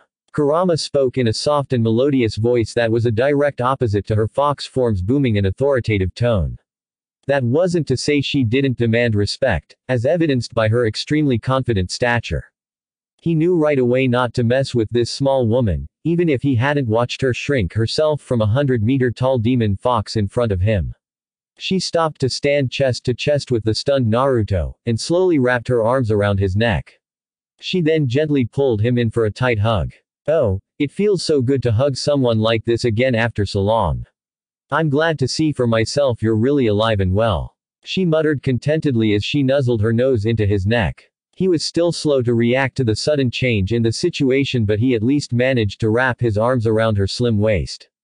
Cammy, her body was so soft. Wah, he sputtered dumbly when Kurama stepped back after a long moment of hugging with that beautiful and mischievous smirk still in place. She was clearly enjoying this. I believe I have struck the normally unflustered Uzumaki Naruto speechless with my beauty. She observed with some smugness, and chuckled lightly as she watched Naruto reboot his brain functions. He shook it off and grinned brightly. Wow, you're gorgeous in this form. I never would have expected you to look like this, though. I was sort of expecting a tall and princess-like woman with bright red hair and red eyes, or something like that. And probably huge breasts. Naruto admitted shyly as he took one more look over his friend's form. Kurama smirked before giving a pouty frown. That sounded rather tacky, and that would have attracted too much attention when I was hiding among humans in past civilizations. This is the form I've always preferred, and it worked in the past. I'm not sure how, because you'd be drawing attention everywhere you went. Especially with those awesome golden eyes. Naruto retorted with a sincere grin. Kurama blushed slightly at his totally sincere compliments.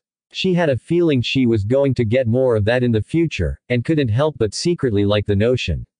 Naruto cupped his chin as he squinted fox-like, his missing left eye not diminishing the expression at all. If you could change into this form any time, I'd think that Uchiha would have had a problem finding you if you were hiding among the people. He pointed out. Kurama gave a shrug, which had her kimono slide down her shoulders a little, showing off a slight bit more of her enticing upper body. Naruto swallowed hard as he worked to keep his eyes level with Kurama's golden ones.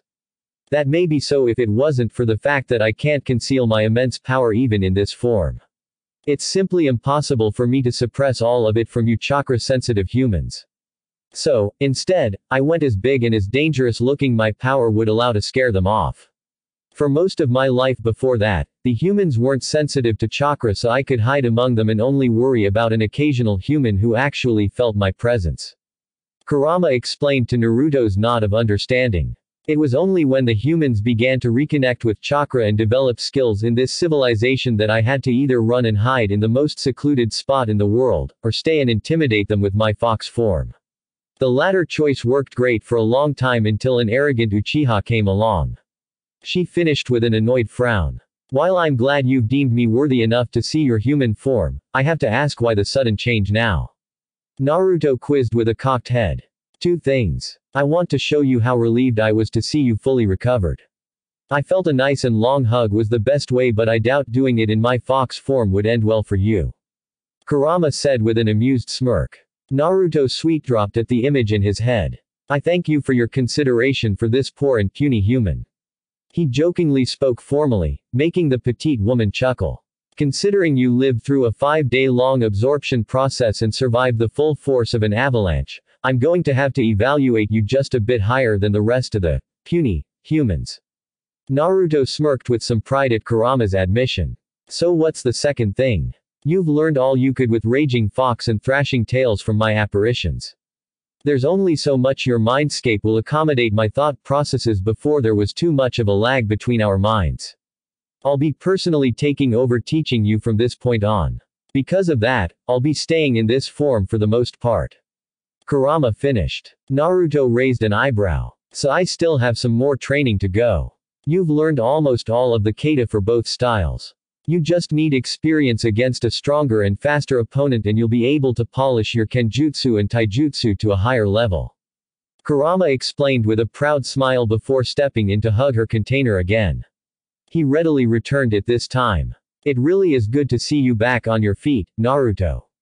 The time duration when that old toad was quickly transporting your broken and dying body to Konoha was the longest few hours of my long life. And that's saying something. So I'm back here in Konoha, then. Wait, did you say hours? It takes days to get back here from Iron. The blonde pointed out with a confused frown. Kurama remained in his arms but reached up with her right hand to pat it softly on his left cheek. With what I heard from conversations outside, it sounds like that old pervert exhausted all of his chakra and overdosed on soldier pills in order to summon 3 largest and fastest toads to quickly get you here from Iron for the best possible treatment. He spent everything he had and more to save you, Naruto. I'm thankful to him and you can tell this to him when he wakes up. She spoke with genuine respect, and smiled at Naruto's stunned expression. Ero Sennin did all of that. Wow, makes me almost forget about the whole Tanoshi Otoko thing. He muttered in awe while she laughed lightly. Don't let him live that down, ever. I'll enjoy the laughs. She joked before she started to trace her thumb on Naruto's scar across his closed left eye, and became visibly somber. Hey, it's okay. I'm alive and that's important. Plenty of shinobi have learned to deal with just one eye, so I'll adapt quickly. Naruto assured, but he was confused by Kurama's shake of her head. No, it's not that. To put it simply, I can regrow your eye. That's great. So why the sad face then, Kurama? It's the last resort. After all you've gone through recently, I'm not keen on putting you through the extreme agony of regrowing that eye so soon. It'll be worse than what you felt in my old den. Plus, I highly doubt the new eye will have the same beautiful blue color as your right eye. It'll likely be that red silted version you show when you use the shroud. It'll scare people around you and they'll think I'm taking you over. She muttered the last part in disgust. I'd rather see if there are alternatives first before we even think of going this route. Trust me, you do not want to have to regrow your eye this way. She finished in a somewhat concerned tone. Naruto smiled and laid a hand on his friend's shoulder for reassurance. Oi, don't worry about the pain thing. I can take it, and you know it. I don't give a shit about what the others say either. Only what my friends feel matters to me, and I know they'd be as happy as I am to have 2 working eyes again. If it's a real problem, then I'll just wear an eye patch like Kakashi-sensei. No big deal. Naruto assured. Kurama hummed, before adopting a saucy smirk. You with an eye patch, I think that'd be sexy. I'll bet Hinata won't be able to keep her hands off you. She teased. Naruto chuckled and waved it off as if that was impossible. Hinata-chan's so kind and gentle, I can't imagine her doing something like that. He frowned when Kurama chuckled and patted his cheek again, but in a condescending manner this time, before she stepped back and turned around. Oh you poor, deluded, and soon to be pleasantly surprised fool. She laughed into the air as she walked away, swaying her hips with some gentle breezes blowing her curly black hair around a little. Oi, what's the hell that's supposed to mean? Naruto called out after her. Find out for yourself. I'll talk to you later about the eye. For now, you should greet the rest of your friends. And be sure to tell Hinata how you truly feel. That's why you fought to stay alive, after all. Kurama shot back, casually waving a hand over her shoulder as she continued walking. Naruto stared after her admittedly attractive form with a bemused expression, before shaking his head as he willed himself back into his real body. Outside in the hospital bed, Naruto almost groaned aloud as he awoke in his physical body this time. Waking up in the mindscape and here were 2 different things. He felt his body aching all over and there were twinges of sharp pain around where his left eye used to be. He had to make a conscious effort to keep from feeling around in his damaged eye socket with his oddly loose eyelid. He would worry about that later when he managed to convince Kurama to regenerate his eye, despite her concerns. He slowly opened his other eye and winced silently at the brightness of the mostly white room. It took a moment for the vision to adjust, and he saw that he was back in Konoha indeed. He easily recognized this room from visiting here so many times after injuring himself in training. Looking around, he noted Jiraiya sleeping peacefully in the other bed and grinned upon seeing his godfather all right. Other than that, the room was mostly empty except for one more person.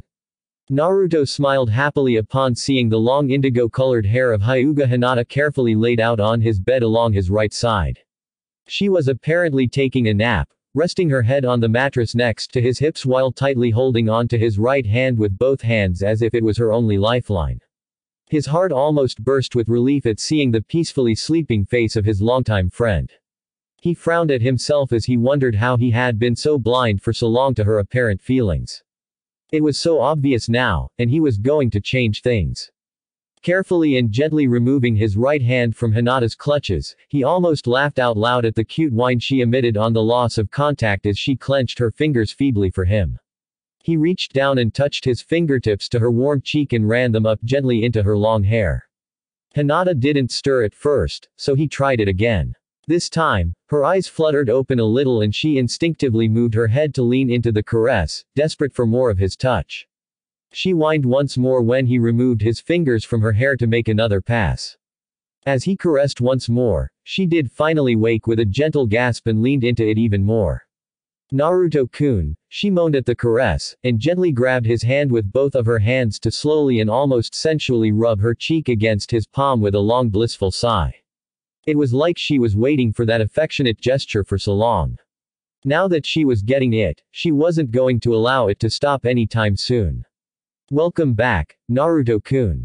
She whimpered tearfully, and Naruto felt teardrops run down his hand as she nuzzled it for a few long minutes.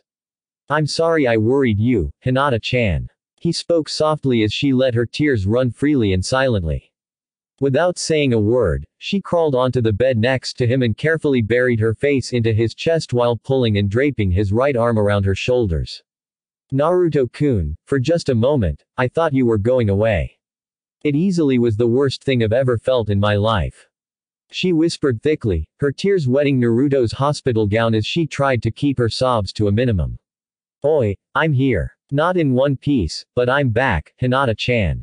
He said soothingly with a bit of humor. Hinata shook a little as she scoffed, before crying some more. She clutched tightly onto his gown with both hands as if refusing to ever let him go, and he just allowed her to let it all out for a few minutes as he began raking his fingers through her hair. Hinata-chan. He began slowly while continuing to comb through her long and silky hair. She calmed herself a little to listen for the moment. Out there in the mountains, there were many reasons why I had to survive and come back here, to everyone. However, I realized something even more important than all these reasons. Hinata raised her head, her puffy eyes staring up at Naruto's blue one. She was beginning to realize what he was getting at. I had to come back to you, Hinata-chan. I refused to let myself die no matter what before I could tell you this. Anyo, en Naruto-kun. She whispered, not wanting to assume anything, but her heart was about to burst from the anticipation. I love you, Hinata-chan, and I absolutely need you by my side. I think I always did feel this way since long ago, but I was just too stupid to realize it until now. Naruto finally admitted, as he looked Hinata in her trembling eyes. There was silence for a few seconds as they stared at each other. I love you, too. Hinata blurted out finally. There were so much emotion put into those words and in her pale eyes that it just stunned Naruto. She quickly hoisted herself above his body and crawled slowly up to his face. I love you, she repeated throatily as she reached up with her left hand and ran her fingers up his blushing cheek reverently. They eventually moved up into his mostly unwrapped hair until she was able to gently take hold of it. Her flushed face inched closer, and Naruto could do nothing but watch in awe at just how much raw emotion she was pushing into this very moment. He could almost literally feel the love she had for him, and it felt intense and wonderful. Instinctively, his arms moved up to wrap around this beautiful young woman's waist. Taking that as his permission, Hinata gently laid on him and her body molded greedily to his as if they were supposed to belong together. Her right hand then joined her left in his hair. She panted slightly, her warm breath caressing Naruto's slightly open lips as they were just barely an inch apart. She quickly licked her dry lips, and he couldn't help but do the same with his too. Her small and soft pink lips looked so inviting. Oh, Kami, I love you so much, Naruto-kun. I've been looking forward to this for a long time. She breathed out blissfully before her trembling lips finally touched his, and their eyes fluttered closed. It was so soft and warm, and it sent pleasant shivers throughout both their bodies.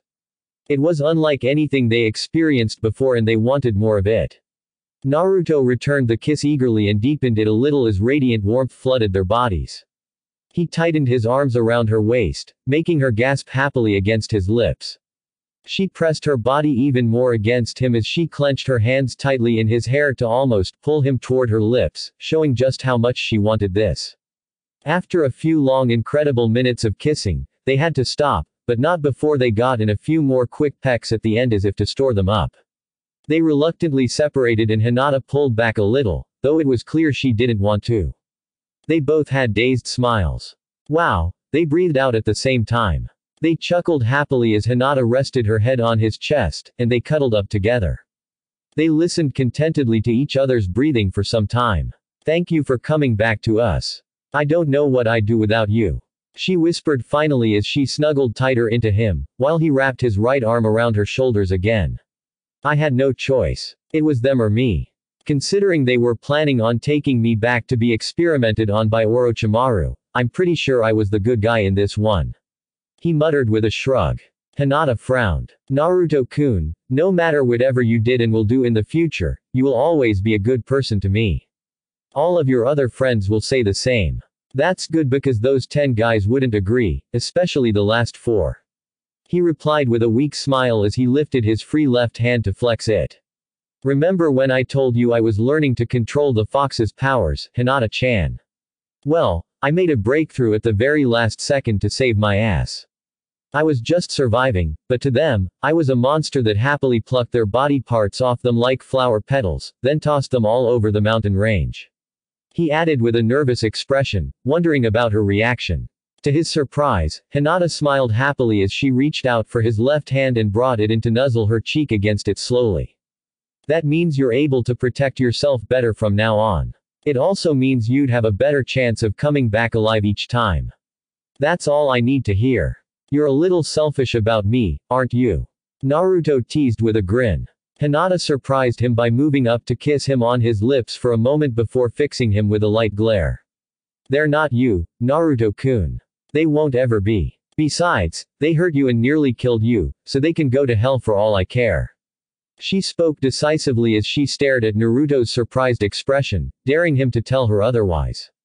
I see what the fox meant. He muttered with a smirk. Hinata cocked her head cutely in confusion. Before she could ask about his cryptic statement, someone clearing a throat at the door made her jump. She tried her best to crawl off Naruto and back into her seat with all the poise she could muster, but she was staring down at her lap with an enormous blush. Naruto chuckled at her cute reaction, but he was blushing too. Ino was grinning evilly as she observed them from the door, holding a new batch of flowers to exchange with the old ones sitting on Naruto's bedside table. Next to it was a pot of wisteria. I just saw something very interesting between Hinata-chan and Naruto-kun, she said in a sing-song voice as she stepped lightly into the room to exchange the flowers. Naruto smiled happily at her playful and refreshing attitude. He was also wondering about her suddenly calling him with the kun suffix, but he found it felt nice. Ino disposed of the old flowers, then turned and stood by the bedside opposite from Hinata to wait expectantly. Naruto smiled brightly as he opened up his arms. I'm back, Ino-chan. He chirped. Welcome back, Naruto-kun. I missed you a lot, but I'd rather you didn't come back early if it meant you were going to end up half dead. Ino murmured with her voice cracking a little as she reached in to glomp him in a tight hug. She sighed happily as she rubbed her cheek against his.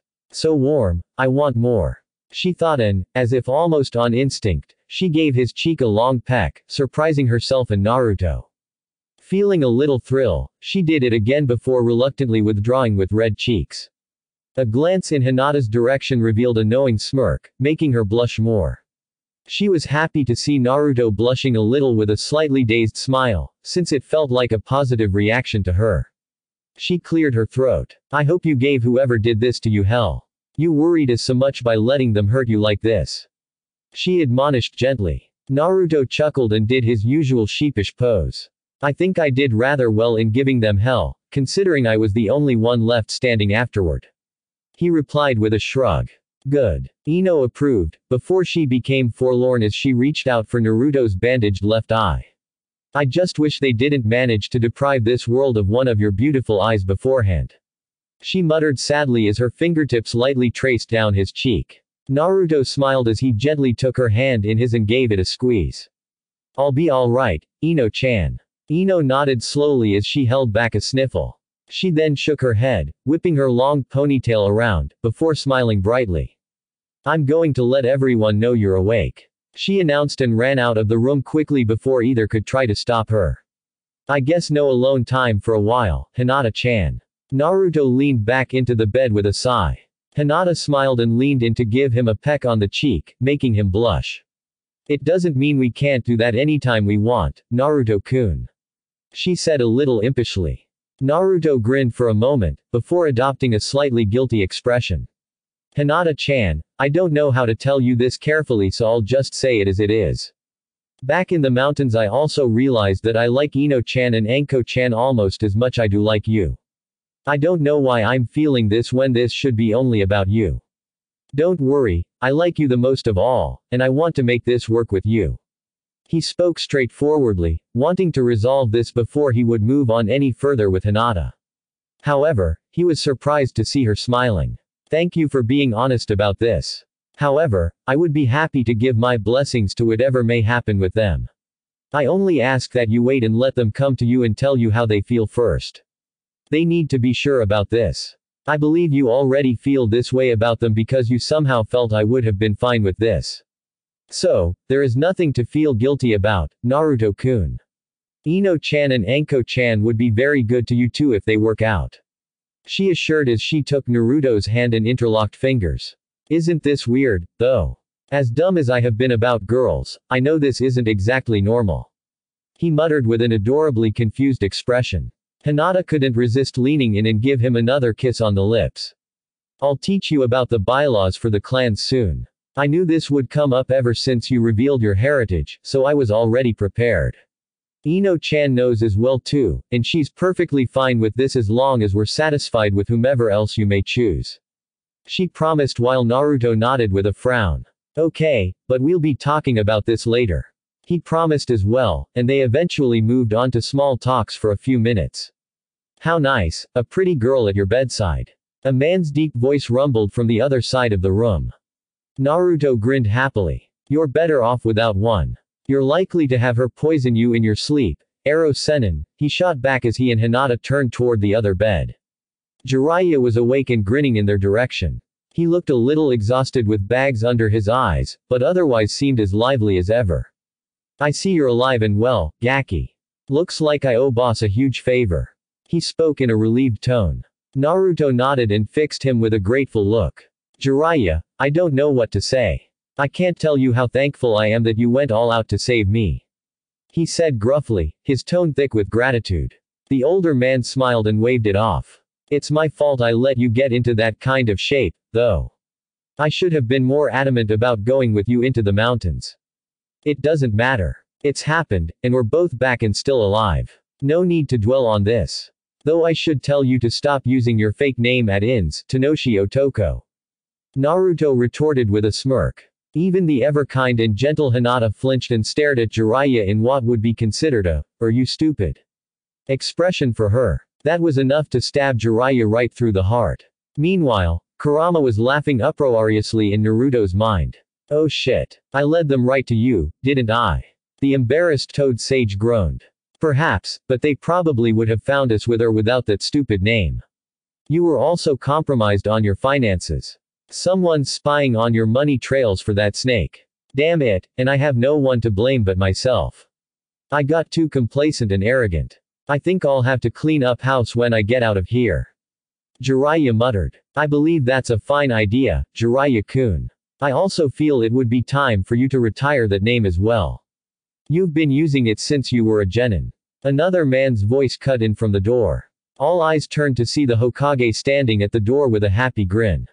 Ino, Anko, and Yugao were standing behind him. Everyone. Naruto exclaimed happily as they stepped into the room. Anko immediately walked up to Naruto, silently nodding at Hinata in the process. Without a word, she practically tackled him into the bed and hugged him for all he was worth. You have no idea how worried I was, Naruto. She whispered shakily as she nuzzled her nose into his neck, enjoying his unique scent that she missed so dearly.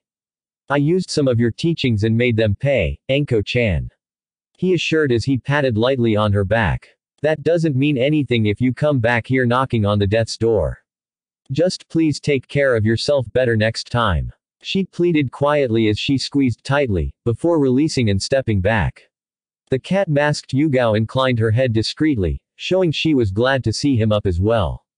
They all chatted for a few minutes before the Hokage eventually announced he needed to speak with Naruto and Jiraiya in private. Now alone in the room, the three men got themselves comfortable. So exactly what the hell happened? The Hokage asked gruffly, and the other two men spent the next hour correlating their stories together to paint the entire picture. Hiruzen nodded, in awe at their refusal to give up until the very end. That's quite a predicament you went through, men. Both your stories match what Inoichi-san saw in the memories of the severed head Jiraiya-kun took. Naruto turned toward Jiraiya with a grin. So you did hear what I said, Aro Sennin. I was so out of it I had no idea if you heard or not. So I assume that was a gold mine. Jiraiya asked his sensei with a serious expression. It is. Unfortunately in some cases because, through that man's memories, we found out someone here in Konoha was responsible for what ultimately happened to you too. The Hokage replied drily. That's what the fox said when she overheard the enemy chatting while I was out cold. Who was this person? Danzo. The room went silent at that name, then a growl emitted from Jiraiya as he clutched at his blanket. That fucking old fossil. I knew he's bad news. We need to do something about him. It's already been taken care of, Jiraiya-kun. I personally eliminated him as a traitor to Konoha the other night. He's out of our hair permanently. The Hokage assured the surprised patients. That quick, sensei. I can't imagine there being no political backlash from this one. Oh, I'm dealing with some, but I found it easy to deal with the detractors by simply implying they worked with a traitor closely, and now I have to wonder about them too. Hiruzen replied with a grin. The room fell silent for a moment before the third quietly reached into his haori and fished out a scroll.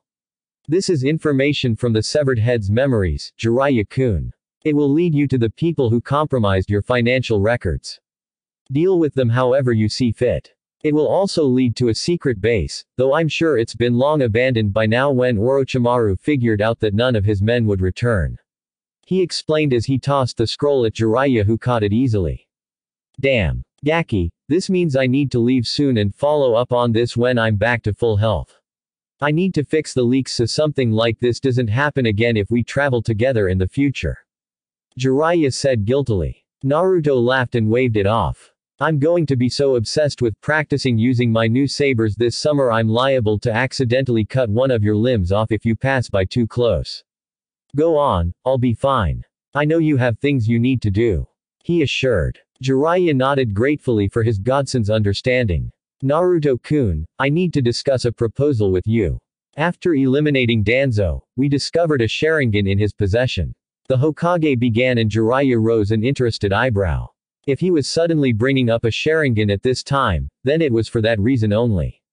Whose was it, sensei? He queried. Uchiha Shisui. What? That's a powerful eyeball you have there for Gaki. Who is he, and why does this have anything to do with me? Naruto cut in, feeling a bit left out of the loop. Uchiha Shisui was one of the few Uchiha that most of us thought of as kind and loyal. Many other Uchiha felt entitled to everything and believed their Sharingan proved they were given the divine right to rule over others. Shisui-san did not follow that ideal, and he was also more devoted to the village's protection than advancing the clan's influence and power. Just before the massacre, he disappeared, leaving behind a suicide note, but we believed he was the first victim of the traitor Itachi. Jiraiya explained. That's an interesting history lesson. I still don't see what this has to do with me, though. Naruto replied with a frown. His Sharingan was highly coveted, even in the Uchiha clan. In addition to its amazing prowess in battles, it had the powerful ability to subtly influence a person into doing something he or she wouldn't have normally done, and the person would never have known unless told. Danzo apparently was greedy enough to steal at least one of Shisui's eyes and take advantage of its power to influence political meetings and votes to go his way up until now. Hiruzen added in for his student. Now that we have recovered this Sharingan from Danzo, we believe we can transplant it into your eye socket as a replacement, Naruto-kun. A literal case of, an eye for an eye, so to speak. He finally made his point. And Agape Naruto sank back into his bed stunned at this offer while Jiraiya watched silently. He wasn't going to say anything to influence his godson's decision one way or another. You're saying I could have a Sharingan like Kakashi-sensei. You're trusting me a lot with that kind of power, too. The blonde murmured disbelievingly as the third inhaled and let out a sigh. The truth is, we have no idea how to use that special power. Apparently, Danzo figured it out, but he never left any documentation. So there is no guarantee you would be able to use that particular power in your lifetime anyway. You, however, would be able to copy jutsus instantly, predict the enemies, physical attacks to a degree, and be able to see chakra pathways in other shinobi. Even with those basic powers of the Sharingan, you would gain an enormous advantage over a normal eye. He made his case. The room fell into silence as Naruto raised his left hand to his bandaged eye socket and mulled this over. I'm not going to take it. I don't need it. Plus, you'd have to look at me and be reminded each time of what happened to you in the past. Thank you, but I'm made of tougher stuff. It'll be a powerful tool that will assist you in your career as a shinobi, and you absolutely need to take this chance. I really do not want to have to regenerate an eye for you. Kurama spoke neutrality, but Naruto knew she wasn't too thrilled about this development. Kurama, I know how you feel about this. We also know we'll make it just fine without the Sharingan. Having that eye will be nothing but trouble. I also will not force any of my friends to get used to something they don't like. In addition, this Sharingan also has the ability to control people, like Madara and that masked guy on my birthday. I don't want to risk accidentally using it on you and hurt our relationship. I don't need this. Why should it matter how I personally feel about this? I'm helping you gain more power by letting you do this. Take the goddamn eye. She was getting more annoyed by the second. Hokage Gigi, I'm honored you considered me worthy of that Sharingan, but I can't bring myself to accept it. I actually had the fox tell me earlier today that she could help regenerate my left eye. I want to take her up on that offer. Naruto spoke up as he turned to his grandfather figure, who raised an eyebrow at the ability to regenerate a lost eye. The medical professionals here would go crazy over that. What? You'd better change what you're saying right now. Kurama growled. I also feel having the Sharingan will be too much power for me to use responsibly. Naruto continued, ignoring her. Don't do this. Take the fucking thing, you stubborn asshole. It also will bring up issues with a good friend of mine who have had bad experiences with the Uchiha clan. You may have to find another candidate for that Sharingan. He finished. He could feel Kurama was utterly speechless with fury. The Hokage nodded sadly but with a smile. The fact that you're reluctant about taking this convinces me you would be able to use the Sharingan responsibly. If you're still adamant, I'll have the Sharingan preserved and hidden away somewhere secure since there are no other candidates except you with your extraordinary adaptability, mature attitude, and high chakra capacity for handling the Sharingan's power drain.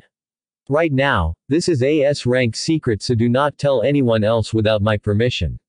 Should you change your mind in the future, we'll revisit this. He spoke with an accepting nod. Get your ass in here now. An angry roar echoed loudly from the depth of Naruto's mind and he felt himself being pulled in slowly. Shit. Fox is not happy. I'll see you in a bit. He managed to say before he slumped back down onto his hospital bed unconscious. The Hokage and Jiraiya stared at the unmoving blonde in silence. Well, something tells me he made the decision too quickly. He should have known better than to piss off a strong female, fox or human. Jiraiya suddenly commented lightly with a grin. You would know from experience. The Hokage retorted with a smirk. It's obvious from his changing expressions before he went under that the Kyuubi did not agree with his choice. He added as he looked worriedly at Naruto. Well, that's up to him and her to resolve this between them. I pity that brat, though. Jiraiya muttered lowly as the two older men looked at Naruto, feeling a little sorry for him. Back inside the mindscape, it was a beautiful and quiet meadow that was mercilessly broken apart by something crashing into it hard enough to form a crater 30 meters in diameter underneath it. Ow. Naruto grunted as he laid spread eagle on his back in the center of the crater. He quietly muttered some thanks for his increased durability here in his mindscape. Damn it. I think that little unholy terror is even more dangerous compared to her giant fox form. He grumbled to himself as he shook himself out of his daze, before he sensed impending doom bearing down on him. He snapped his gaze up just in time to see a small foot descending on him with rapid velocity, and quickly rolled out of the way before the entire crater and the surrounding area shattered into giant pieces of earth under Kurama's powerful heel drop. Naruto acrobatically hopped his way across the giant jutting pieces to flat ground outside the destroyed meadow. He sighed dejectedly as he watched a short dark-skinned woman pull her leg out of the wreckage and turn to him with obvious annoyance on her face. She had changed her outfits from the red kimono into a skin-tight black sleeveless singlet that went from her neck down to just above her knees, and her long curly hair was pulled back tightly into a messy bun. She was impatient for a fight. "Oi, you're beating up an injured patient," he quipped as he thumbed at his non-existent left eye. "I know, and I'll be happy to injure you some more. Unless you accept that offer. You need more power." Kurama replied calmly as she slowly and effortlessly made her way through the wreckage toward the blonde. Naruto groaned in resignation and shifted into his raging fox stance. "I won't do it. I don't think I need the Sharingan, Kurama," he declared challengingly. Kurama frowned as she hopped onto the flat ground in front of him and adopted the same stance. "Then I'll just have to change your mind, Naruto." Revision note. As you can see, I added quite a bit to the last half of the chapter because I felt I kinda rushed through the emotional highs and lows from everyone's reactions to Naruto almost dying.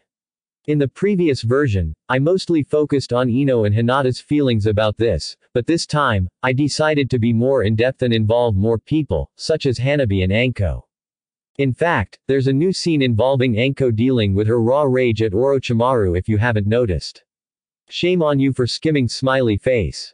Old A.N. Lemon. Tied up in a corner and gagged, Hazel. Mwahahaha. I finally got an evil cliffhanger out. Lemon. MMMMFFMMFFF. I'm so sorry everyone. I promise to bitch slap him stupid soon as I get out of this. Lemon. MMMFMMF. Not too stupid to keep writing this story, though. No worries. I'm sure some of you were a little surprised by the decisions I made in this chapter. I'll start with eliminating Danzo. I just have no need for him as a villain in this story. I have enough on my hand with Orochimaru and Akatsuki and the others, and I just have no more plan for Danzo beyond this point. So he's out. I also think the Hokage's actions on this would be correct in his role as a military dictator protecting his village. He saw Danzo as a threat, so that old fossil was instantly gone with no chance for redemption. Unofficially, he may be pissed about Danzo hurting his surrogate grandson and there was some personal business in there. However, officially as a Hokage, Danzo associated with a traitor. He also almost cost Konoha a great deterrent to possible attacks from other villages with the loss of its Jinchuriki and a powerful future shinobi, not to mention what Orochimaru could have done with new data from those kind of experiments. Danzo just put Konoha at risk as a whole for his wounded pride and selfish reasons. My version of Kurama is probably different from what you're used from other stories on this site. Lemon and I like the idea of an enormously powerful entity changing and shrinking into a petite and innocent-looking human woman. However, we all know she's not that innocent when she's pissed, as seen on the ending. I hope you'll like Naruto have a bit of a reminder from how close he came to death for real the first time in his life and how he got a little stronger from it as well. I'm kinda stuck on the fence about if I want to give him the Sharingan or not. The Sharingan may either please you or turn you off, but I honestly don't feel this story calls for that. If I decide no, he'll have a new eye from Kurama instead, and it'll have a couple features that'll be useful. It just won't be as powerful as the Sharingan. Like what Naruto said, I just think it might be overkill and it changes some of what I originally planned for this story, even though I have some badass ideas from how Madara used his Sharingan in combination with Kurama in recent manga chapters. You're wondering what Naruto really looks like when transformed fully. Well, I'm sorry, but I'm going to wait on that until a situation calls for it. It may not be for a long while at least, so you'll have to wait. You got enough clues as to the overall shape and purpose of his form, so I think that'll satisfy you. I think that's it. I hope you enjoyed this chapter and look forward to the next one, where I'll be starting it off with a pretty nice battle between Naruto and Kurama. Smiley face. Thanks for listening. I hope you guys liked it. Don't forget to subscribe and leave a like for more what ifs and support the author. See you guys in the next video.